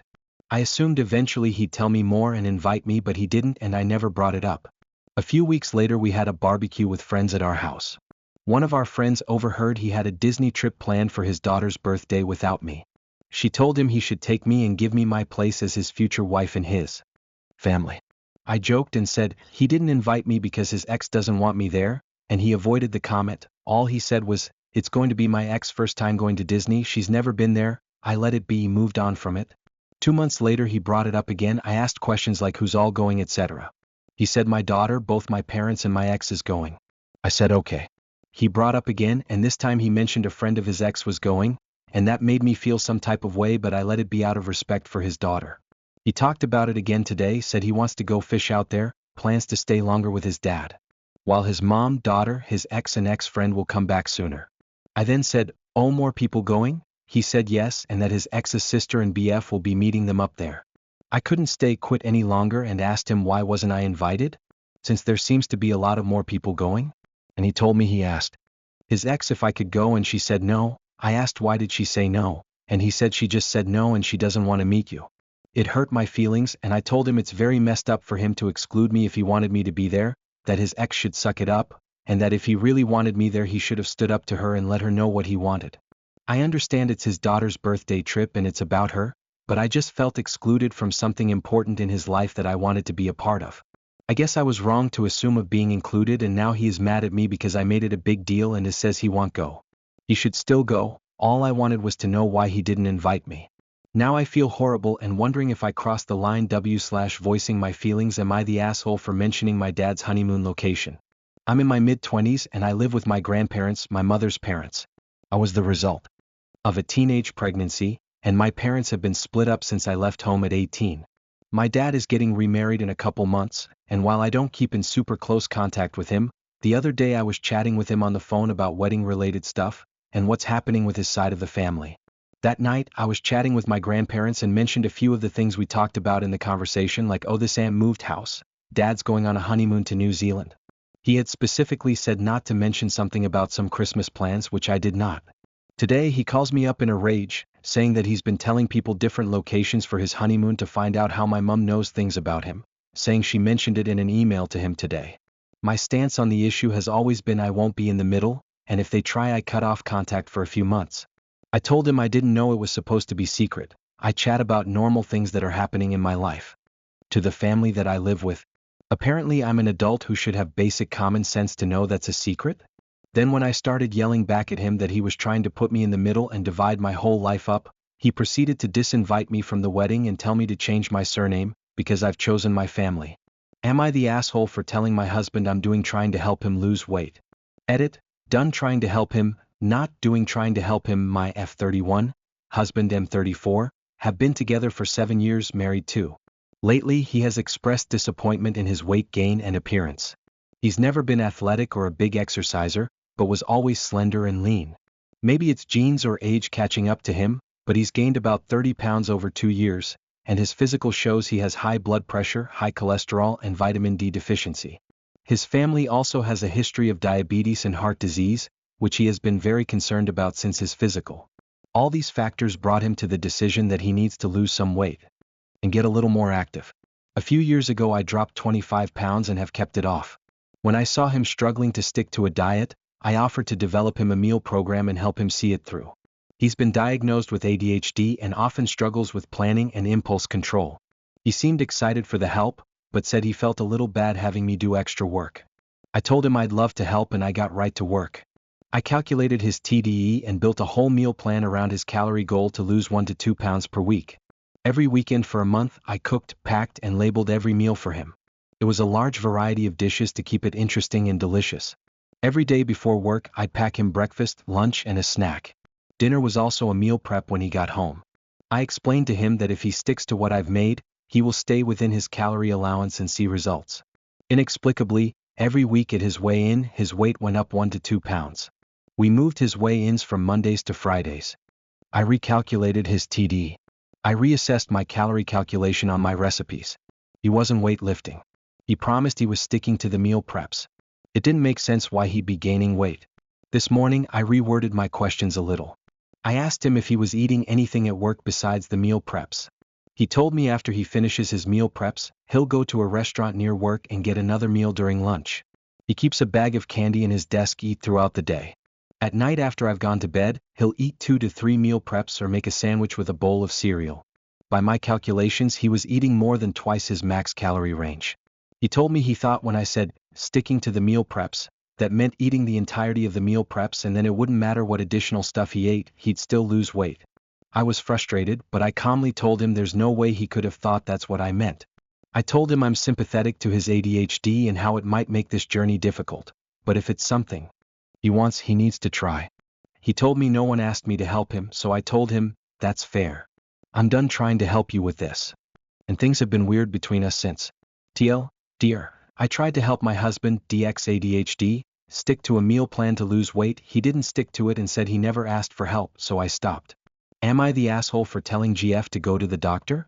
Am I the asshole for telling my girlfriend that she needs to get tested by a doctor in order for her to say, I'm autistic and I have ADHD? She constantly talks about this, and I don't understand how to even have the conversation with her, nor do I understand how to help her, and I'm honestly tired of hearing the same things over and over again about the different reasons as to why she has these conditions without being diagnosed. I am diagnosed ADHD and wouldn't have an issue. I don't have a problem with her being either or both and would be elated to know how I can support this, but what is even going on? Additional disclosure. I put the word "so," I'm autistic and I have ADHD, in quotes because SHE says that not me, you guys. I'm not equating being treated special to the care that ADHD or autism needs. I'm stating a reason someone would refuse treatment but still claim they are autistic/ADHD. Without a valid professional medical degree, you cannot assess that, and if you say that you can or you are doing it, I'm sorry to say, but you're wrong. You're not qualified to make that assessment. Update. Thank you everyone for all the insight and corrections. I appreciate all the opinions and feedback, but my question to everyone is, do you think that I should show her this? Am I the asshole for wanting my husband to confront my MIL for sharing our pregnancy news despite us asking to keep it private? I'm currently pregnant and wanted to keep it on the down low for now. My first pregnancy ended in loss and this one is a multiples pregnancy, so I've been really anxious and hesitant to share. My husband and I told his mom and other close family early on with the clear request to keep it private until we were ready to tell others. We're only just finishing the first trimester, and recently I received a text from a family acquaintance congratulating us. Turns out they'd run into my MIL that morning and she'd shared the news. This isn't the first time she's gone against our wishes. Around 6 weeks, we learned she'd told an extended family member, even though we had specifically said we weren't ready to make it public and wanted to tell people ourselves when we felt comfortable. I feel hurt and frustrated that she's not respecting our wishes. I made it clear that I wasn't ready for this to be public knowledge, especially given my anxiety surrounding this pregnancy. I think I have a right to decide who I tell and when, especially with something so sensitive. My husband is also frustrated by his mom's actions and understands why this is so upsetting for me. However, he's hesitant to actually confront her about it. He feels that saying something would make her uncomfortable and potentially strain their relationship. He told me that if I feel strongly about it, I should be the one to address it with her directly. I feel like this puts me in an awkward position because I want him to handle it, but he's not willing to, despite knowing how much this is affecting me. Am I the asshole for wanting him to step up and say something rather than having me handle it? Am I the asshole if I tell my friend that she needs to be less clingy and learn to be more independent? I am 16M, and my two best friends are my twin sister, who is 16F, who I'll call Katie, and our 16F friend, who I'll call Montana. Don't get me wrong, Montana is a sweetheart, but she's just getting incredibly clingy towards me and Katie, and I'm worried about her. What's playing on my mind is a party we're going to this weekend. It's one of our friends' 18th birthday party, and Katie and I have both been looking forward to it for weeks. Most of our friends are attending, and we haven't seen a few of them in a while because they attend different schools. We were both looking forward to a night of fun and partying with them all. However, the host of the party messaged Katie last night asking if we were planning to bring Montana, to which she replied no. So he went and invited her, and now she's coming to the party. Normally, I'd be more than okay with this, except for the fact that Montana will only know a few people at the party, and she isn't good with large groups of people. She said she was not enthused about there being a lot of people there, so Katie kindly asked her how she planned to cope with that. Montana responded that she could just stick with us too. I was already planning to hang out with my other friends since I spend much less time with them than I do with her. I also have very different friendship dynamics with them. I'm just worried that she's going to cling to either Katie or me the entire time due to her being socially awkward, which she already does regularly. I know if she does do that, I'm well in my right to ask her to give me some space while I'm with my other friends. But at the same time, I'm also afraid of her feeling like I'm abandoning her and getting upset, which has happened before. An example of this is last year's New Year's Eve celebrations. Katie and I were planning to hang out with Montana, just the three of us, but she canceled a few days before. So, Katie and I went and made plans with other people. Then Montana was suddenly able to come along at the last minute, so she came along with us and the group we'd made plans with. When the group wanted to hang out at one of our friends' houses, she stayed behind because she was getting overwhelmed with the whole situation. Montana then got quite upset that we weren't spending time with her, which I understand. I get that she wants to spend time with the two of us. But I also wish she was able to accept that she is not the only person that we spend time with and that we won't drop plans with other friends just for her. I just really want her to be happy, but I also want a social life with other people, which makes me wonderful if I would be the asshole if I expressed how I feel to her. So, would I be the asshole if I were to tell her that she needs to learn to be less clingy and more independent? I'm also really sorry if my English is not the best. Edit. I'm planning on talking to Montana and making it clear that I have other friends I also want to spend time with. I've decided at the party I'm going to introduce Montana to my friends, so hopefully she can get to know some of them. I've also worked out that if she starts to get clingy, I'll try to talk to her kindly about how I need some space and kindly encourage she makes the effort to talk to and get to know others than just Katie and I. Am I the asshole for making plans to go to my grandparents' house for the holidays instead of going home to Dad's? I, 18F, started college a few months ago and I moved out of my dad's house over the summer. Dad assumed that for the holidays and summer I would come back home to stay with him, his wife and my stepsister, 7F. But after thinking it over since September, I decided to speak to my grandparents, my dad's parents, and asked if I could spend the holidays with them, and they said yes. My dad's upset about this and so is my stepsister. My dad's wife is plain old pissed at me though. I have a reason I decided this. I was 14 when my dad and his wife got married and we moved in together 2 months before the wedding. At that point my stepsister was 3 and we had to share a bedroom until I moved out. If I go back to Dad's place I'll be forced to share a room with her again and I don't want that. I resented it when I still lived there and it made things awkward. Since they don't have another room that could double as a bedroom, I'd only have that option if I stayed there. Last week my dad mentioned me coming home again and I told him what I'd decided to do instead. He was like, "Why would you do that? This is your home," and I told him I'd be more comfortable at my grandparents' since there's more space for me and a room to myself. He told me my room was still there for me too and I told him a room that I would be sharing with a young kid. My dad's wife was in the background and could hear what we were saying, and when Dad and I finished talking she called me up and she told me the fact I said a really young kid and not my sister spoke about what this was really about, and she told me I couldn't make it any clearer that I want to avoid her daughter, and then she told me her daughter would be so upset. A couple of days ago then my dad put my stepsister on the phone and she was asking if I was really not coming to stay, and she started to cry and said she'd missed me and wanted to sleep in the room with me again. I told her I was sorry but that couldn't happen. My dad's wife tried to get my grandparents to agree to let my stepsister stay some nights I was there but they said no. The whole thing has become such a shit show. Am I the asshole? Am I the asshole for telling my cousin to stop inviting my ex to family events? I 25F, recently broke up with my long-term boyfriend, 28M, and it's been tough but I'm getting through it. The problem is that my cousin, 24F, and my ex were always friendly, and now she insists on inviting him to family events like holidays and birthday parties. It makes me incredibly uncomfortable, especially because the breakup was a messy one and I'm still healing. I've talked to her multiple times, explaining how it feels awkward for me and asking if she could just keep her interactions with him outside of family events. She claims I'm being controlling and that it's her right to invite anyone she wants and I shouldn't be so sensitive.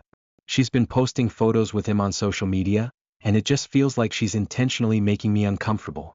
The rest of my family agrees with me, but she still insists that I'm overreacting. Am I the asshole for telling her to stop inviting my ex to family events? Am I the asshole for refusing to spend the holidays with my family? This year has been incredibly tough on my 18F family. My dad got seriously ill midway through the year, and he's now bedbound indefinitely. My mom has had to become his full-time caregiver. He's making progress, but it's slow, and I'm grateful he's still here. With all of this, I can already tell that the holidays will be quiet and somber. Last year's Christmas was disappointing. We tried to go out, but my dad didn't feel up for it and stayed in his room. My mom was down, my brothers were glued to their screens, and I ended up ordering takeout and watching Love Actually alone again. After my exams this year, all I wanted was a little excitement. A nice outing, a short trip, a get-together, anything. My best friend, 19F, decided to be my saving grace and invited me to her hometown for the holidays. It's 8 hours away by car in a tourist spot I've always wanted to visit, and we plan to meet up with friends and celebrate her 19th birthday. Her family was totally supportive, and I thought it'd be a refreshing break after a hard year. But when I told my mom, she protested. Her reasons ranged from "it's too far" to "who will do your chores?" and finally, "why would you want to spend Christmas with another family?" I get that. It'd feel strange to her, and maybe she'd feel sad if I weren't there.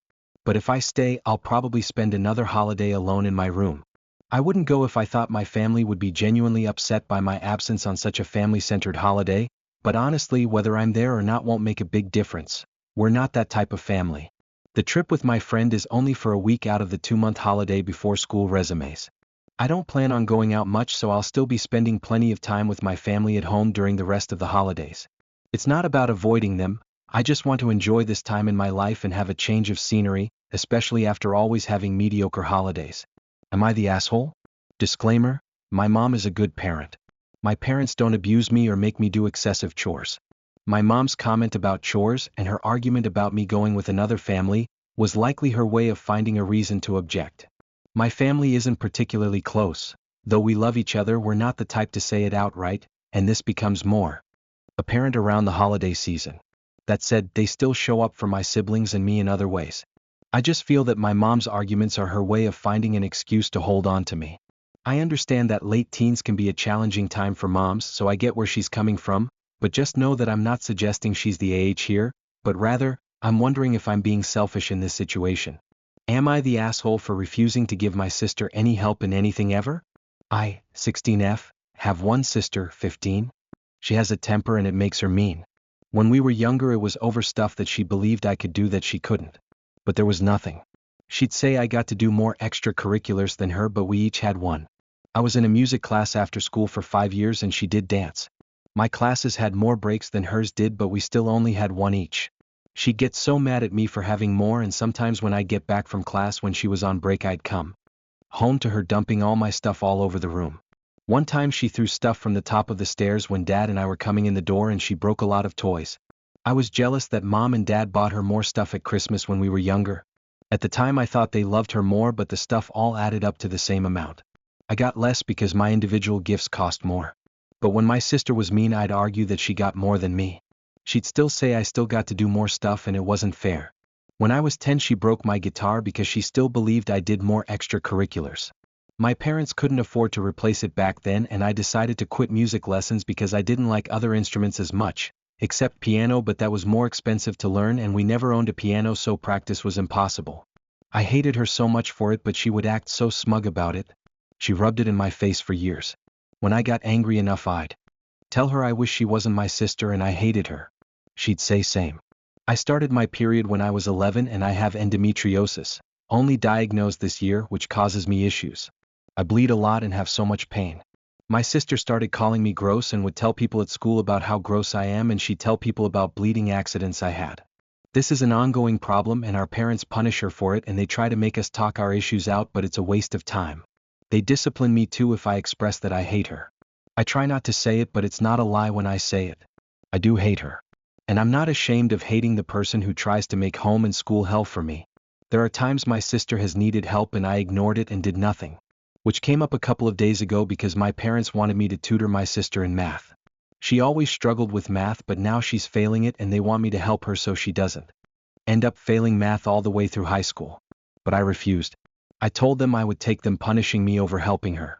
My parents brought up how I never helped my sister and how she might bully me sometimes, but we're sisters and we should love each other, and as the older sister I should try to help when I can. I told them I'd take being punished. They told me I was being so stubborn and they've been mad the last couple of days. Am I the asshole? Am I the asshole for picking up my neighbor's lingerie? So there's this couple who lives across from me, as in our balconies face each other, on the floor above mine. Now ever since they moved in, I've noticed the wife tends to do her laundry typically on the same day, and she has her husband hang it out on their balcony to dry once it's finished.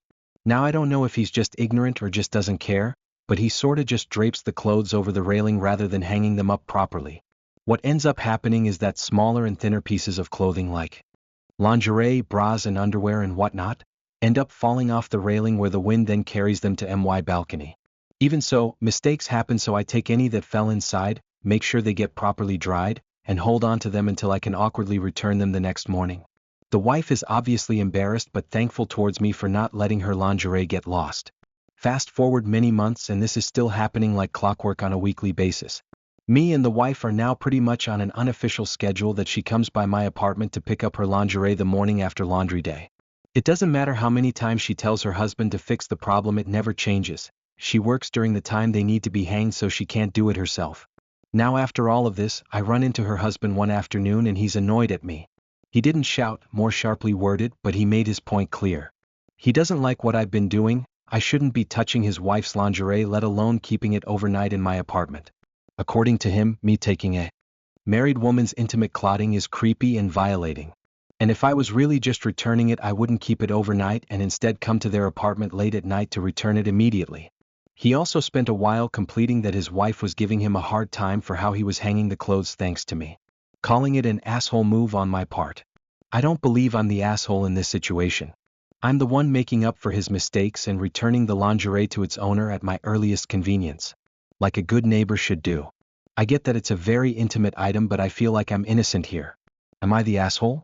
Am I the asshole for telling my mom not to invite a racist for Christmas?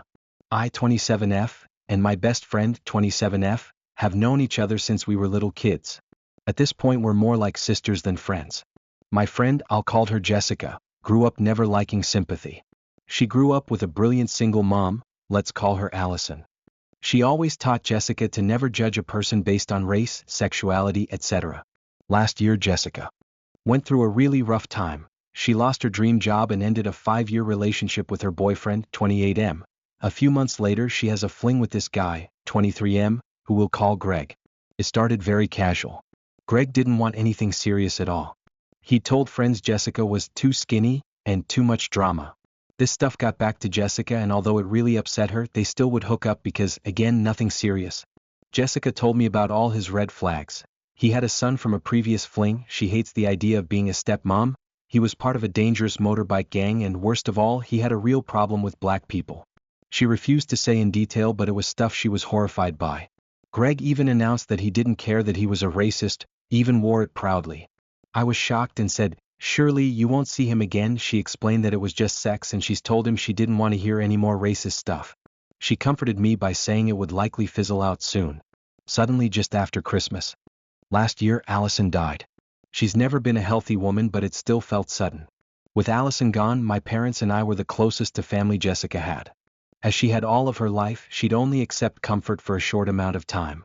Still, I stayed with her that night. Allison wasn't rich, but being the only family, Jessica was set to inherit a lot of money. Greg suddenly became very interested in having a serious relationship with her. Talks of Greg being her boyfriend, of them getting pets together, of them moving in together. Short of having a full-on argument, I've questioned Jessica as to why on earth she was getting serious with this racist.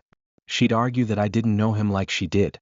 It's too convenient that this guy suddenly doesn't mind the drama once she inherits a huge sum of money. Traditionally, because it was just Jessica and Allison for years, they'd come for Christmas dinner at my parents' house. My mom decided this year, despite my mistrust and dislike of Greg, to invite him to Christmas.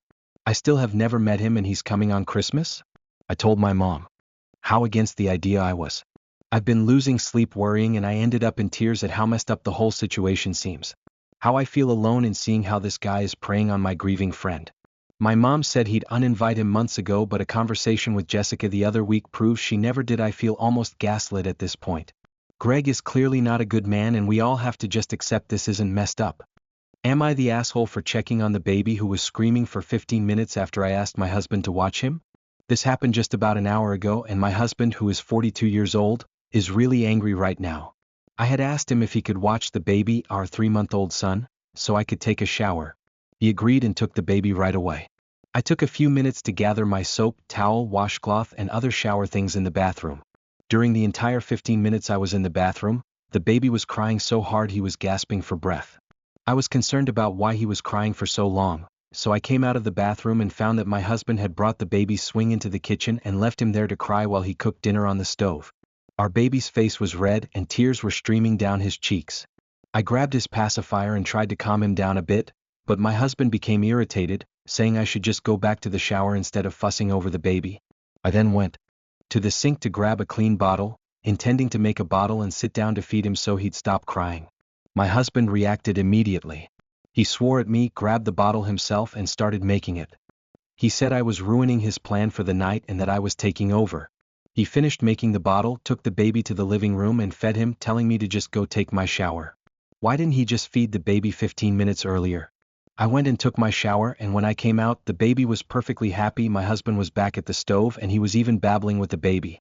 His mood seemed fine at this point. I decided it was best to go sit in my room to calm down before talking to him. A few minutes later, he came in and asked why I had closed the door. I told him that I didn't really want to talk to him right now and that he shouldn't swear at me like that again. He became angry, saying that I didn't need to interfere with the baby when he was taking care of him. Our conversation got a little heated, with both our voices raised, though nothing regrettable was said. I ended up going back to the bedroom while he finished cooking. Later, he came into the room, angrily grabbed his pillow and took it to the living room, a clear statement that he wasn't sleeping in the bed with me tonight.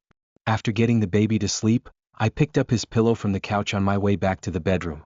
I also sent him a text, basically telling him that he needed to come in and communicate with me about this because I don't think I deserve to be sworn at for checking on a screaming baby. So, am I the asshole for taking over when he hadn't fed the baby? Am I the asshole for not covering the bill for my friends? I am a 20-year-old woman and recently I met up with 3 of my high school friends, also 20-year-old women, for dinner. We hadn't seen each other in a while and while it wasn't my idea to meet up, I was invited and was really excited since it had been a year since the 4 of us were all together. When the check came to the table, it wasn't split, we never discussed splitting it and our waiter just dropped it off in passing. My friends started making comments about being in school or out of work, insinuating that I should be the one to pay. 2 of them are full-time college students with work-study jobs, and the third works full-time but is currently between jobs. I work full-time as a night registered nurse, which I started in June. I was a little taken aback since no one had mentioned that I'd be expected to cover the entire bill, which was about $90 before tip. I told them I'd pay for my own meal and cover the tip, but I wanted them to Venmo me the cost of what they had ordered. They seemed offended, gave me a few side eyes, but reluctantly agreed. They continued to make comments about how I had a big girl job and could have covered the bill easily, calling me selfish for asking them to pay me back. I told them it was rude to expect me to pay without suggesting it beforehand and that I didn't think I was being selfish.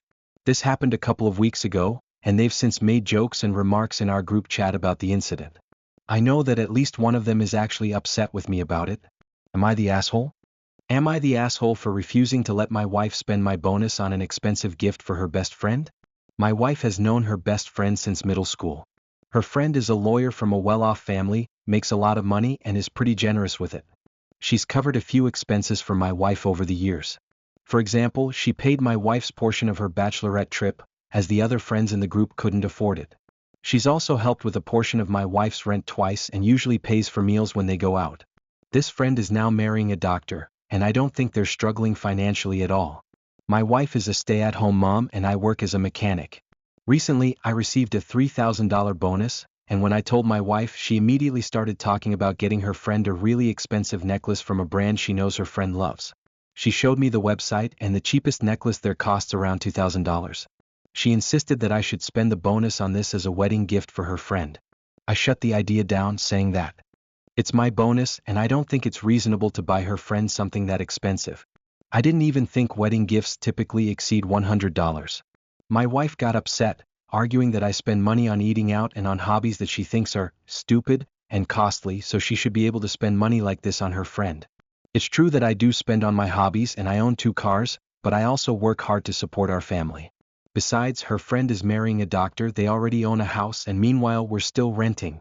I told her this was unreasonable, but she insisted we should sit down and add up everything I've spent on myself over the last year.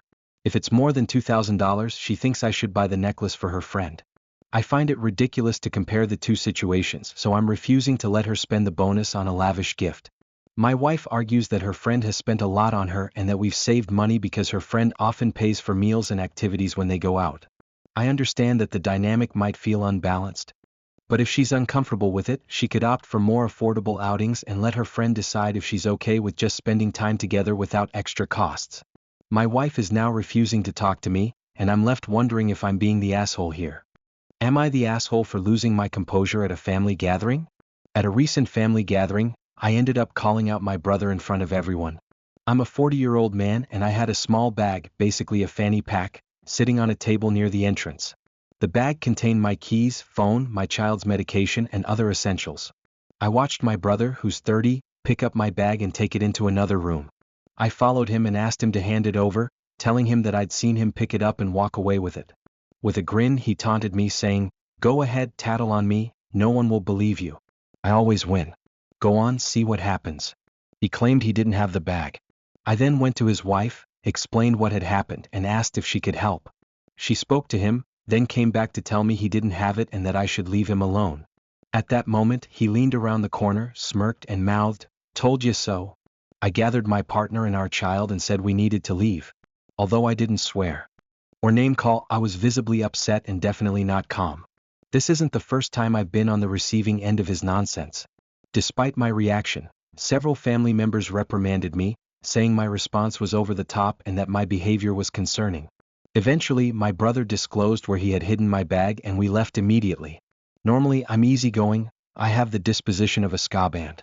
I don't understand why people blame the victim for reacting with strong emotions to something they shouldn't have had to endure in the first place. If my perspective here is off and there's a better way to approach situations like this, I'd like to know how I could handle things differently.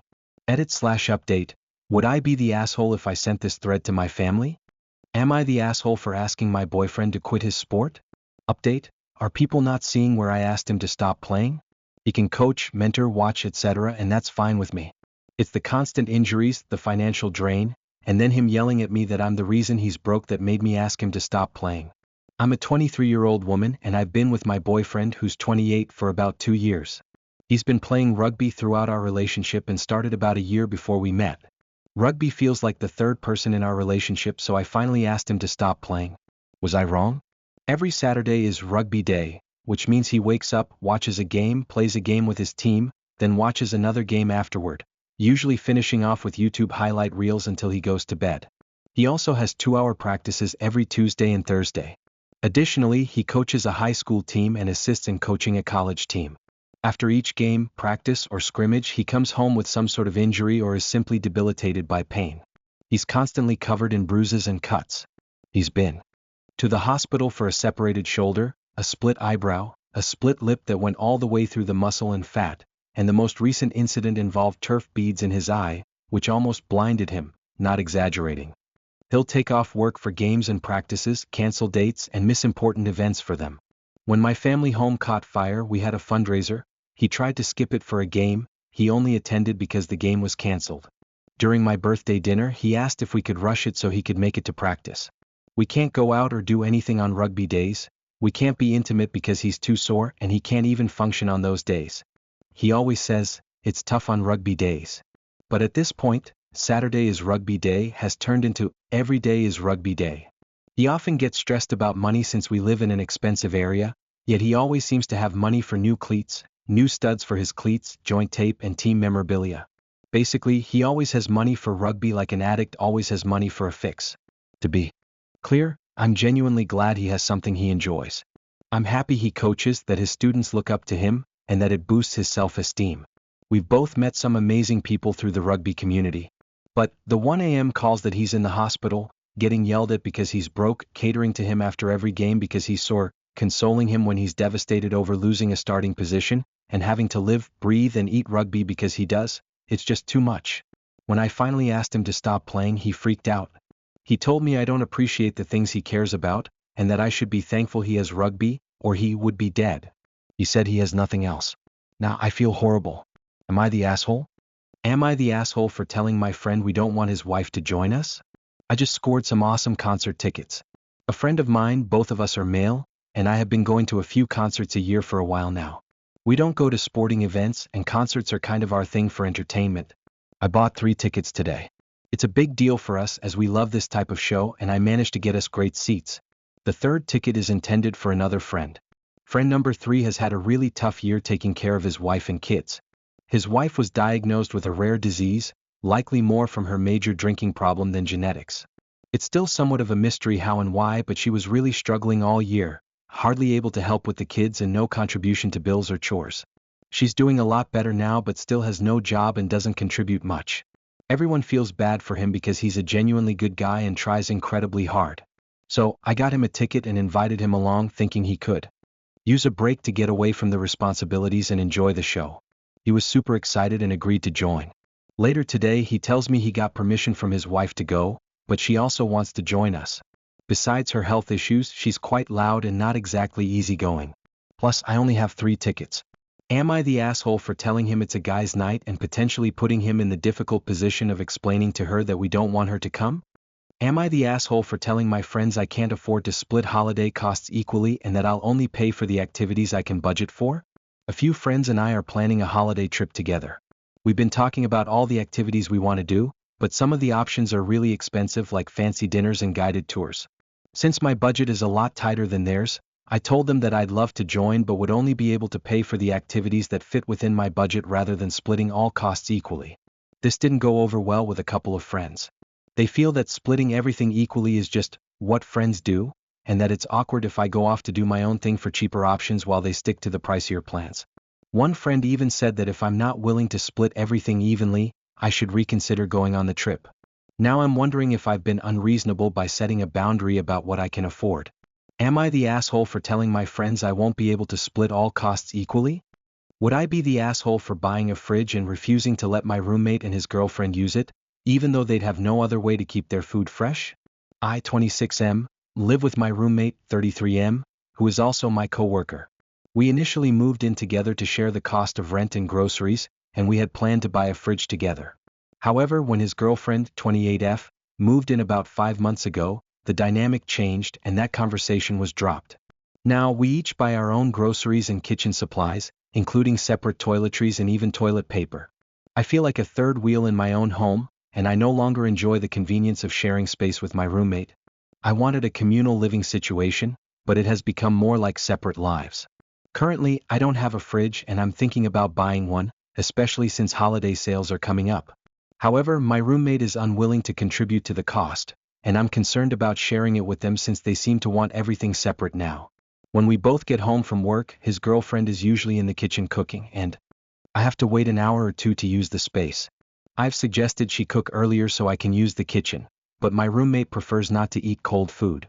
This situation has made me rely on takeout, which feels wasteful and affects my groceries as my fresh food often goes bad. The bathroom situation is also frustrating. I handle cleaning it properly using detergent and bleach, while they only mop with water. If cleaning supplies run out, I end up replacing them, even if it means living with a dirty bathroom until I can afford more. This makes me worried about how they would maintain a fridge if I shared one with them, especially since their version of cleaning the kitchen is just doing the dishes and putting them away. I've tried discussing house rules and boundaries with my roommate, but he believes we should mind our own business as long as the rent is paid. I don't feel comfortable addressing his girlfriend directly, as I've noticed my roommate tends to side with her in conflicts. This makes it awkward for me to assert my needs.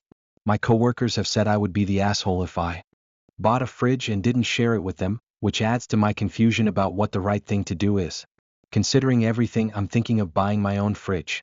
Would I be the asshole if I didn't share it with them, especially given that they seem to want everything separate? Am I the asshole for yelling at my mom after my brother ran away? My family is pretty religious and conservative. I have my own opinions, but I usually keep quiet and just avoid my family as much as I can. My brother, 20, still lives at home and he's always been more out there. He's very open-minded and artistic, which has often clashed with our parents and sisters. He was a really good volleyball player in high school but quit his senior year just to spite our parents, so you can probably imagine the kind of guy he is. But he's the only boy, so our parents let it go.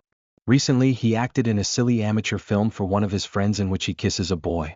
I don't care about it, but the film wasn't a secret, and someone we know came across it and sent it to our parents, who kicked him out. My younger sister and her husband offered to take him in, but my brother left less than a week later because our brother-in-law was being a jerk about the film. Now no one knows where he is and everyone is pissed. Often angry. I only know he's alive because he's texted me a few times. My mom calls the family over almost every day to play the blame game, and yesterday it was my turn. She basically said that, as the oldest, I didn't do my job and led him astray because I failed as a sister or some crap. I got so angry I told her to shut the hell up and that this is more her fault than mine. It's a big deal in our family to disrespect her like that, so everyone was upset with me for yelling at mom and breaking her heart, even more after what my brother did. I told them to stop acting like victims and that they'd better pray he decides to see any of us again. Then I left. I feel better, but now the entire family is angry at me, especially since my brother isn't around to take their anger. I wish I could run away too, but I have responsibilities tying me here. Now, I'm wondering if I'm the asshole and if I should apologize. Am I the asshole? Am I the asshole for telling my house guests they need to leave over mental health issues? I, 31F, had a friend, 32F, from university reach out to me, asking if she and her sister, 25F, could stay at my place during their trip to the country where I now live, before they headed to other cities. I didn't have any issues with this arrangement, so I agreed. They flew over and were expected to stay at my place for a week. I live in the heart of a major tourist city. What I didn't know beforehand was that her sister has serious anxiety issues related to dogs. Neither my friend nor her sister seemed aware of the different regulations around dogs in this country. Here, malls, restaurants, bakeries, bars, and pubs are almost always dog-friendly, welcoming pets everywhere except for grocery stores. On their first day here, I took them out for a walk, and her sister became visibly upset when she saw dogs walking freely around the city with their owners, off and off leash. She started getting really hysterical when we went inside a Starbucks, and she saw dogs inside, sitting by their owners' feet. We immediately returned home and I explained that it's impossible to avoid dogs in this city since they're commonly out and about. Her sister then told me she didn't want to leave my place at all because of these unpredictable dogs and preferred to stay indoors for the entire trip.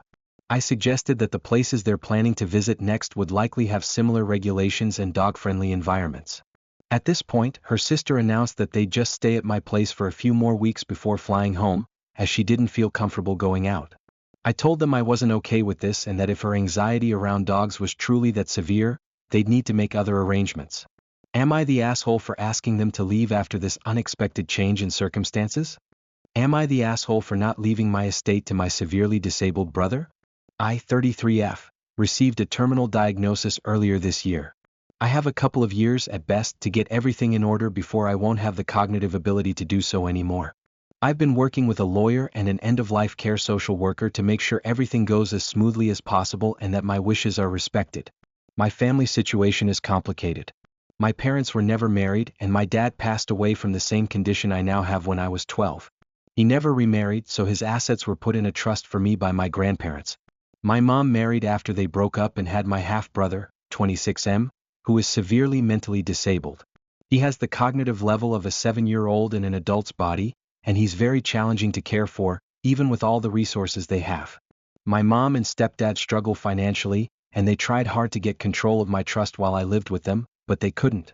I occasionally help them out financially, but it feels like my mom treats me as an emergency fund rather than as her daughter.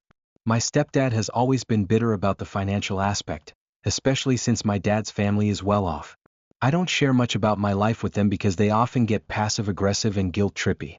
Now that I know I'm on borrowed time, I've been trying to talk more with my mom. We've never had a great relationship, but I wanted to try to resolve some issues. Since my diagnosis, she's been nicer and more concerned, so I thought it was okay to open up a bit. I didn't want her to be blindsided or feel obligated to take on anything, as I've appointed another family member to handle my medical and financial power of attorney. I explained that I'd arranged for my own care so she wouldn't feel burdened, and she was thankful for that. But then, she brought up how she had always hoped I'd be the one to ensure my brother was taken care of after she was gone and assumed that, in a way, I still would be. She suggested that whatever I leave behind could go into his care fund, and she'd make sure he knew it was from his big sister. Here's where I might be the asshole. I'm not leaving anything to my mom or my brother. I don't have kids, but I've been the favorite auntie to my best friend's 2 children for their entire lives. They are the light of my life and I spend a lot of time with them. My best friend and I have been through a lot together. She and her husband have been the ones going with me to appointments and letting me stay with them when I was too sick for meds to be home alone. I plan to leave whatever remains of my estate to her kids for college. I know the money could help secure better care for my half-brother and relieve some of my mom's burden, but I feel I want to help someone else now. Edit. Thank you for the kind messages. To answer a few questions. A. I'm not close to my half-brother at all. I didn't meet him until my dad passed, and the 6 years I lived around him were challenging and sometimes frightening. I haven't seen him in person in 15 years. I doubt he even understands that he has a sister, or what that would mean. I care about his welfare as much as I would any other mentally disabled person, but I don't feel a familial bond just because we share DNA. I've already contributed a fair amount to help my mom stay solvent to care for him, so one could argue he's already benefited significantly. As much as my mom may wish it, I would never have taken on legal responsibility for him after her passing. His father's family could step in if they chose. B. I am working with a strong team to get things in order. My estate lawyer and financial advisor are prepared to lock everything down once I finalize my decisions about my assets. I trust my executor, so the logistics and legal planning are under control. I just need to make a few hard decisions. Reflecting on some of the responses, I'm considering closing the chapter on my relationship with my mom and her family. I've always hoped that she cared in her own way and that our relationship could improve, but I'm not sure I want to spend what time I have left chasing that. The social worker offered to set up family sessions with a counselor specializing in terminal family issues, so I may let that be my guide. Am I the asshole for not inviting my best friend's boyfriend to my 6 years clear of cancer celebration? I'm a 19-year-old guy, and when I was 12 I went through cancer. During that tough time, my best friend, also 19, was incredibly supportive. She was always by my side, messaging me during my chemotherapy treatments and making sure I was okay. When I returned to school after treatment, I joined a drama club. Unfortunately, there was one guy in the club who was incredibly homophobic towards me. I'd recently come out to my closest friends and word got around, which I was okay with. But this guy used it as an excuse to bully me. He said awful things, telling me I should leave the school because no one would want to talk to me, and even made hurtful comments about my cancer, saying things like, "It should have taken your life, and it's a shame you beat it." Fast forward to now, I'm celebrating 6 years of being cancer-free. We have a celebratory meal each year, and it's usually just me, my family, my boyfriend, 22, whom I've been with for almost 2 years, and my closest friends. My best friend started dating someone 5 months ago, and it turned out to be the same guy who bullied me in high school. She seemed really happy with him and insisted he had changed, so I decided to give him another chance. Although he and I still don't get along, I haven't interfered in their relationship because I want her to be happy. A few days ago, she asked if he could join the celebration meal. I was hesitant and explained that, while I'm happy for her, I can't forgive him for the awful things he said to me. Just a month ago, he made some snide remarks about me and my boyfriend to a mutual friend, so I don't feel like he's changed. Now, my friend is calling me childish and insists I should just forget about it. She even said that if he can't come, she won't attend either. I'm torn. I don't know if I should let him join to keep the peace or stand by my decision and face the possibility of her not coming. So, am I the asshole for not inviting him and denying my friend's request? Am I the asshole for telling a wheelchair-bound lady her service dog shouldn't be at the playground?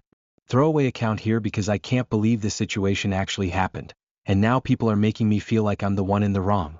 Last Friday, my wife and I took our 2 kids, both under 3, to our neighborhood park's playground. It was one of those rare Fridays where we had no commitments, so we decided to take them in the afternoon instead of our usual morning visits.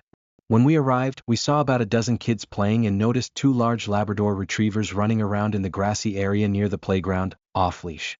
My wife and I both thought the dogs shouldn't be unleashed there, but our son was excited to play, so we just continued on. Once we got to the playground, our son ran around and we put our younger child in a swing. While he was climbing on a playground structure, some parents there started talking to us. It turns out they're part of a neighborhood parent group that meets up weekly, which we hadn't known about. After our son went down the slide, he moved on, and the playground structure was momentarily empty. At that point, the lady with the 2 dogs, who I still don't know if she's a parent or not, let her dogs climb onto the playground structure and even go down the slide. I told her she should keep her dogs off the playground equipment. She replied that they were her service dogs. I said I didn't think service dogs were meant to play on playground equipment. She snapped back, saying that service dogs are allowed to take breaks, and that she's there every week and no one has ever complained. I replied that not everyone is comfortable around dogs, and I thought it was selfish to let her dogs use the playground equipment, especially with young children around. Some parents supported her and even told my wife and me as much. She told me I should make sure my kids are comfortable around dogs if we're going to bring them to places where dogs might be. I told her she was missing the point and acting inconsiderately. At that point, my wife and I decided to leave. Later, we saw a Facebook post about the incident, which we haven't responded to, and it seems the reactions are split about 50-50 on who's in the wrong here. Am I the asshole for allowing my daughter to use the bathroom before my partner showers after work? Let me set the scene. It's 6 a.m. My partner, 45-year-old male, and I, 33-year-old female, are chatting in the kitchen since he just got home from a 12-hour night shift in manufacturing. He was telling me about his plan to shower and get to bed quickly this morning. As we're talking, my 7-year-old daughter wakes up and heads to the bathroom with the shower. We also have a half bathroom in the basement, away from the bedrooms. I didn't say anything to her. My partner commented that it was inconsiderate for me to allow her to go in there. I pointed out that she would only be a moment. She ended up taking less than 5 minutes, likely close to 3 at most. After she finished, she went back to bed and he got into the shower. While he was showering, he reminded me that we've discussed this before and that he shouldn't have to bring it up again. He believes that she should not use the bathroom he needs to get ready for bed, or work, at any time during his routine. He told me I'm inconsiderate for allowing her to get away with this behavior. So, am I the asshole for thinking a quick trip to the bathroom is reasonable? Edit to add. This situation led to a larger argument. I told him it wasn't a big deal that she took a quick pee. He thinks it's inconsiderate that he wasn't asked if he needed the bathroom first. He always asks us if we need the bathroom beforehand, even though there's a half bathroom in the basement. To him, it's not just that she used the bathroom, it's that neither of us checked to see if he needed it first. I feel that consideration should only apply when someone's planning to use the shower, not just for a quick bathroom trip. He's most upset that he isn't shown the same level of consideration he feels he shows us. Am I the asshole for texting my roommate's boyfriend because she told me to? I, 23-year-old female, live with 3 other girls, Kelly, 23, Gina, 22, and Jasmine, 20. We're college students sharing a 4-bedroom, 2-bathroom duplex. I've been here for 3 years, 2 of them with Gina. Before she moved in, I made it clear I'm strict about keeping shared spaces clean. Gina, who's an only child and had never lived with others, has had to adjust, but she's improved, except when her boyfriend, Jake, 22, is over. Jake, who lives with his parents, visits frequently, but he has no regard for our space or basic etiquette. He's left trash around, his size 13 shoes block the doorway, and he stained my couch and rug with food. I've asked Gina multiple times to speak with him about this, but she just gets annoyed and insists it's not her responsibility. The other roommates agree with my standards, but I'm usually the only one who speaks up. The final straw came one morning when I found our shared bathroom soaked. The floor mats and towels were drenched, the shower curtain was barely hanging, and there was clutter everywhere as if Jake had showered outside the shower. I couldn't even use the sink without cleaning up first. Then in the kitchen I found their half-eaten fast food left all over the stove. Frustrated, I threw it out. I texted Gina about the mess and she told me to bring it up directly with Jake since he did it. So I texted him, explaining that if he couldn't respect our space, he couldn't use anything I owned in the house, including most of the living room and kitchen items. He apologized but dismissed it, responding, "I'll just stay in Gina's room then." Gina then texted me, hysterical and crying. She was on our porch telling Jake how unfair I was being and saying it's not her fault.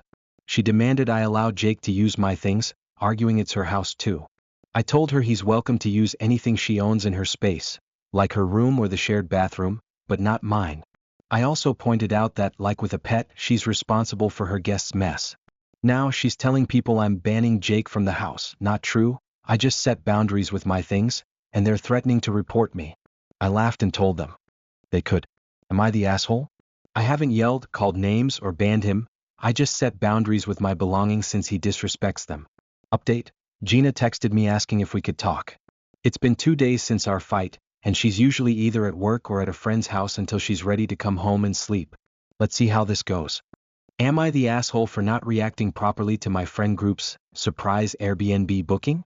Context: every year our friend group holds a Secret Santa event. A big part of the tradition involves booking an Airbnb where most of us, around 12 people, stay, though not everyone ends up sleeping there. We usually spend a few hours on Discord together searching for Airbnbs that meet our needs, considering things like location, capacity, and budget, and bookmark options for further review. This year we followed the usual process as a group, spending hours looking through listings and saving potential options. Then 2 weeks ago half of the group, let's call them Group B, suddenly went silent on Discord for an entire week, leaving the rest of us, Group A, confused and wondering why they'd stopped communicating. A few days later, the main planner from Group B, who typically leads our event coordination, announced that he'd booked a surprise Airbnb within budget and in a great area. Group A appreciated the effort but requested some basic details, wanting at least a general sense of the place. However, the planner refused, just saying, "Trust me," and informing us that we'd each need to contribute $60. As days went by, Group A became more uneasy about paying for an unknown Airbnb. Then a friend close to some members of Group B, let's call him Jay, shared that the planner had recently purchased a house that Group B would be moving into. We acknowledged that this was impressive, but were still confused as to why Group B insisted it was an Airbnb and why we were being asked to pay $60 each for it. Group A tried to get confirmation from Group B, but they continued to insist on keeping it a surprise until the last minute. According to Jay, part of the surprise was that we wouldn't actually need to pay anything as the planner owned the house. Last night, Group B finally revealed that they'd bought a new house and planned to use it as the location for our Secret Santa event. Group A was not thrilled about the secrecy and the expectation that we'd contribute to what we thought was an Airbnb rental, only to find out it was actually Group B's new home. Group B is upset with us, saying that we acted like babies for not being more supportive of their efforts, and for reacting in an annoyed manner. Am I the asshole for making them feel disappointed in us by reacting this way? Am I the asshole for refusing to make calls to social services on my girlfriend's behalf? My 30-year-old male partner, 29-year-old female, has phone anxiety and executive dysfunction. Because of this, I often have to manage things like bills and coordinating repairs, and I've more or less accepted that responsibility. Without disclosing our location, she's been unemployed for nearly 2 years and has been on social services payments during this time. I've been, and still am, working full-time. She has a fair amount of savings from her previous job, and we currently live with my parents, so we don't have many household expenses at the moment. Though of course her income is limited. Recently we went on an extended vacation, and before we left, I told her to notify social services about her absence so they could pause her payments while she was out of the country. 4 weeks into the trip, she missed an international call from them, and afterward, received a notification saying she now owes them money. Obviously, she hadn't informed them before we left. I didn't scold her as that wouldn't help, but I suggested she take care of it when we returned. Now 2 weeks after getting back, she came to me while I was working from home, saying she was too anxious to call them and sort it out. I offered to be there on hold with her since I needed to keep working. She then asked if I could make the call myself during my lunch break. I declined, as these calls often take an extremely long time, likely extending beyond my break and into my work hours. She's now calling me selfish and says I'm the asshole for refusing. Later, I asked if she had made the call and she responded, "Why does it matter to you?" Additional context: I'm currently in therapy for several personal issues. She's on the spectrum and hasn't been to therapy in years, though I've encouraged her to resume. She says the cost is prohibitive, and to be fair, it's quite expensive. When we go to couples therapy, I'm also the one who covers the expense. The social services line is only open during standard work hours. While my workload varies, I can get client calls unexpectedly, so I'm expected to be available and responsive during work hours. Am I the asshole? Am I the asshole for not covering the bill for my friends? I am a 20-year-old woman, and recently I met up with 3 of my high school friends, also 20-year-old women, for dinner. We hadn't seen each other in a while, and while it wasn't my idea to meet up, I was invited and was really excited since it had been a year since the four of us were all together. When the check came to the table, it wasn't split, we never discussed splitting it, and our waiter just dropped it off in passing. My friends started making comments about being in school or out of work, insinuating that I should be the one to pay. Two of them are full-time college students with work-study jobs, and the third works full-time but is currently between jobs. I work full-time as a night registered nurse, which I started in June. I was a little taken aback since no one had mentioned that I'd be expected to cover the entire bill, which was about $90 before tip. I told them I'd pay for my own meal and cover the tip, but I wanted them to Venmo me the cost of what they had ordered. They seemed offended, gave me a few side eyes, but reluctantly agreed. They continued to make comments about how I had a big girl job and could have covered the bill easily, calling me selfish for asking them to pay me back. I told them it was rude to expect me to pay without suggesting it beforehand and that I didn't think I was being selfish. This happened a couple of weeks ago, and they've since made jokes and remarks in our group chat about the incident. I know that at least one of them is actually upset with me about it. Am I the asshole? Am I the asshole for refusing to let my wife spend my bonus on an expensive gift for her best friend? My wife has known her best friend since middle school. Her friend is a lawyer from a well-off family, makes a lot of money and is pretty generous with it. She's covered a few expenses for my wife over the years. For example, she paid my wife's portion of her bachelorette trip, as the other friends in the group couldn't afford it. She's also helped with a portion of my wife's rent twice and usually pays for meals when they go out. This friend is now marrying a doctor, and I don't think they're struggling financially at all. My wife is a stay-at-home mom and I work as a mechanic. Recently, I received a $3,000 bonus, and when I told my wife, she immediately started talking about getting her friend a really expensive necklace from a brand she knows her friend loves. She showed me the website, and the cheapest necklace there costs around $2,000. She insisted that I should spend the bonus on this as a wedding gift for her friend. I shut the idea down, saying that it's my bonus and I don't think it's reasonable to buy her friend something that expensive. I didn't even think wedding gifts typically exceed $100. My wife got upset, arguing that I spend money on eating out and on hobbies that she thinks are stupid and costly, so she should be able to spend money like this on her friend. It's true that I do spend on my hobbies and I own 2 cars, but I also work hard to support our family. Besides, her friend is marrying a doctor, they already own a house, and meanwhile we're still renting. I told her this was unreasonable, but she insisted we should sit down and add up everything I've spent on myself over the last year. If it's more than $2,000, she thinks I should buy the necklace for her friend. I find it ridiculous to compare the two situations, so I'm refusing to let her spend the bonus on a lavish gift. My wife argues that her friend has spent a lot on her and that we've saved money because her friend often pays for meals and activities when they go out. I understand that the dynamic might feel unbalanced. But if she's uncomfortable with it, she could opt for more affordable outings and let her friend decide if she's okay with just spending time together without extra costs. My wife is now refusing to talk to me, and I'm left wondering if I'm being the asshole here. Am I the asshole for getting upset with my boyfriend when he ate the last of my food while I was in the bathroom? My boyfriend, who is 24 years old, and I, also 24, went to a restaurant together for only our second time eating out. This week has been really rough at work, so I asked him to go out for a meal, telling him I needed a pick-me-up. I mentioned that I wasn't super hungry since I had already eaten a bit earlier, but I was really looking forward to having some dumplings and soup. I even talked about how excited I was for the dumplings during the drive to the restaurant. When we ordered, I made it clear that I only wanted 4 dumplings and some soup. My boyfriend ordered 2 large main courses for himself, as he has a bigger appetite. When the food arrived, I shared my soup with him and took a bite of his food, but I was mostly focused on my dumplings. When my dumplings arrived, I ate one before I had to run to the bathroom. When I got back, I saw that he had eaten both of the remaining dumplings. I was really upset because I had been looking forward to those dumplings and only got to eat one. I told him how disappointed I was and called him selfish, saying he never thinks of me. I even asked him to pay for what he ate since I had specifically ordered those dumplings for myself. I don't want to make this a huge deal, but I feel like he should have asked before just taking them, especially since I had clearly expressed how excited I was for them. Am I the asshole for getting upset, calling him selfish, and asking him to pay more? Am I the asshole for planning a Disney trip without my stepdaughter and leaving her with her father? I am a 41-year-old woman and my husband, also 41, and I have 4 children. I have 1 child from a previous relationship, he has 2, and we have 1 together. We have always tried to treat the children as equally as possible. However, when it comes to extended family trips, They don't always go on the same vacations if we're not the ones planning them. For example, his parents will take his children on trips, and my child doesn't usually want to go without me. This has never caused any issues, and when we plan trips, we always bring everyone along.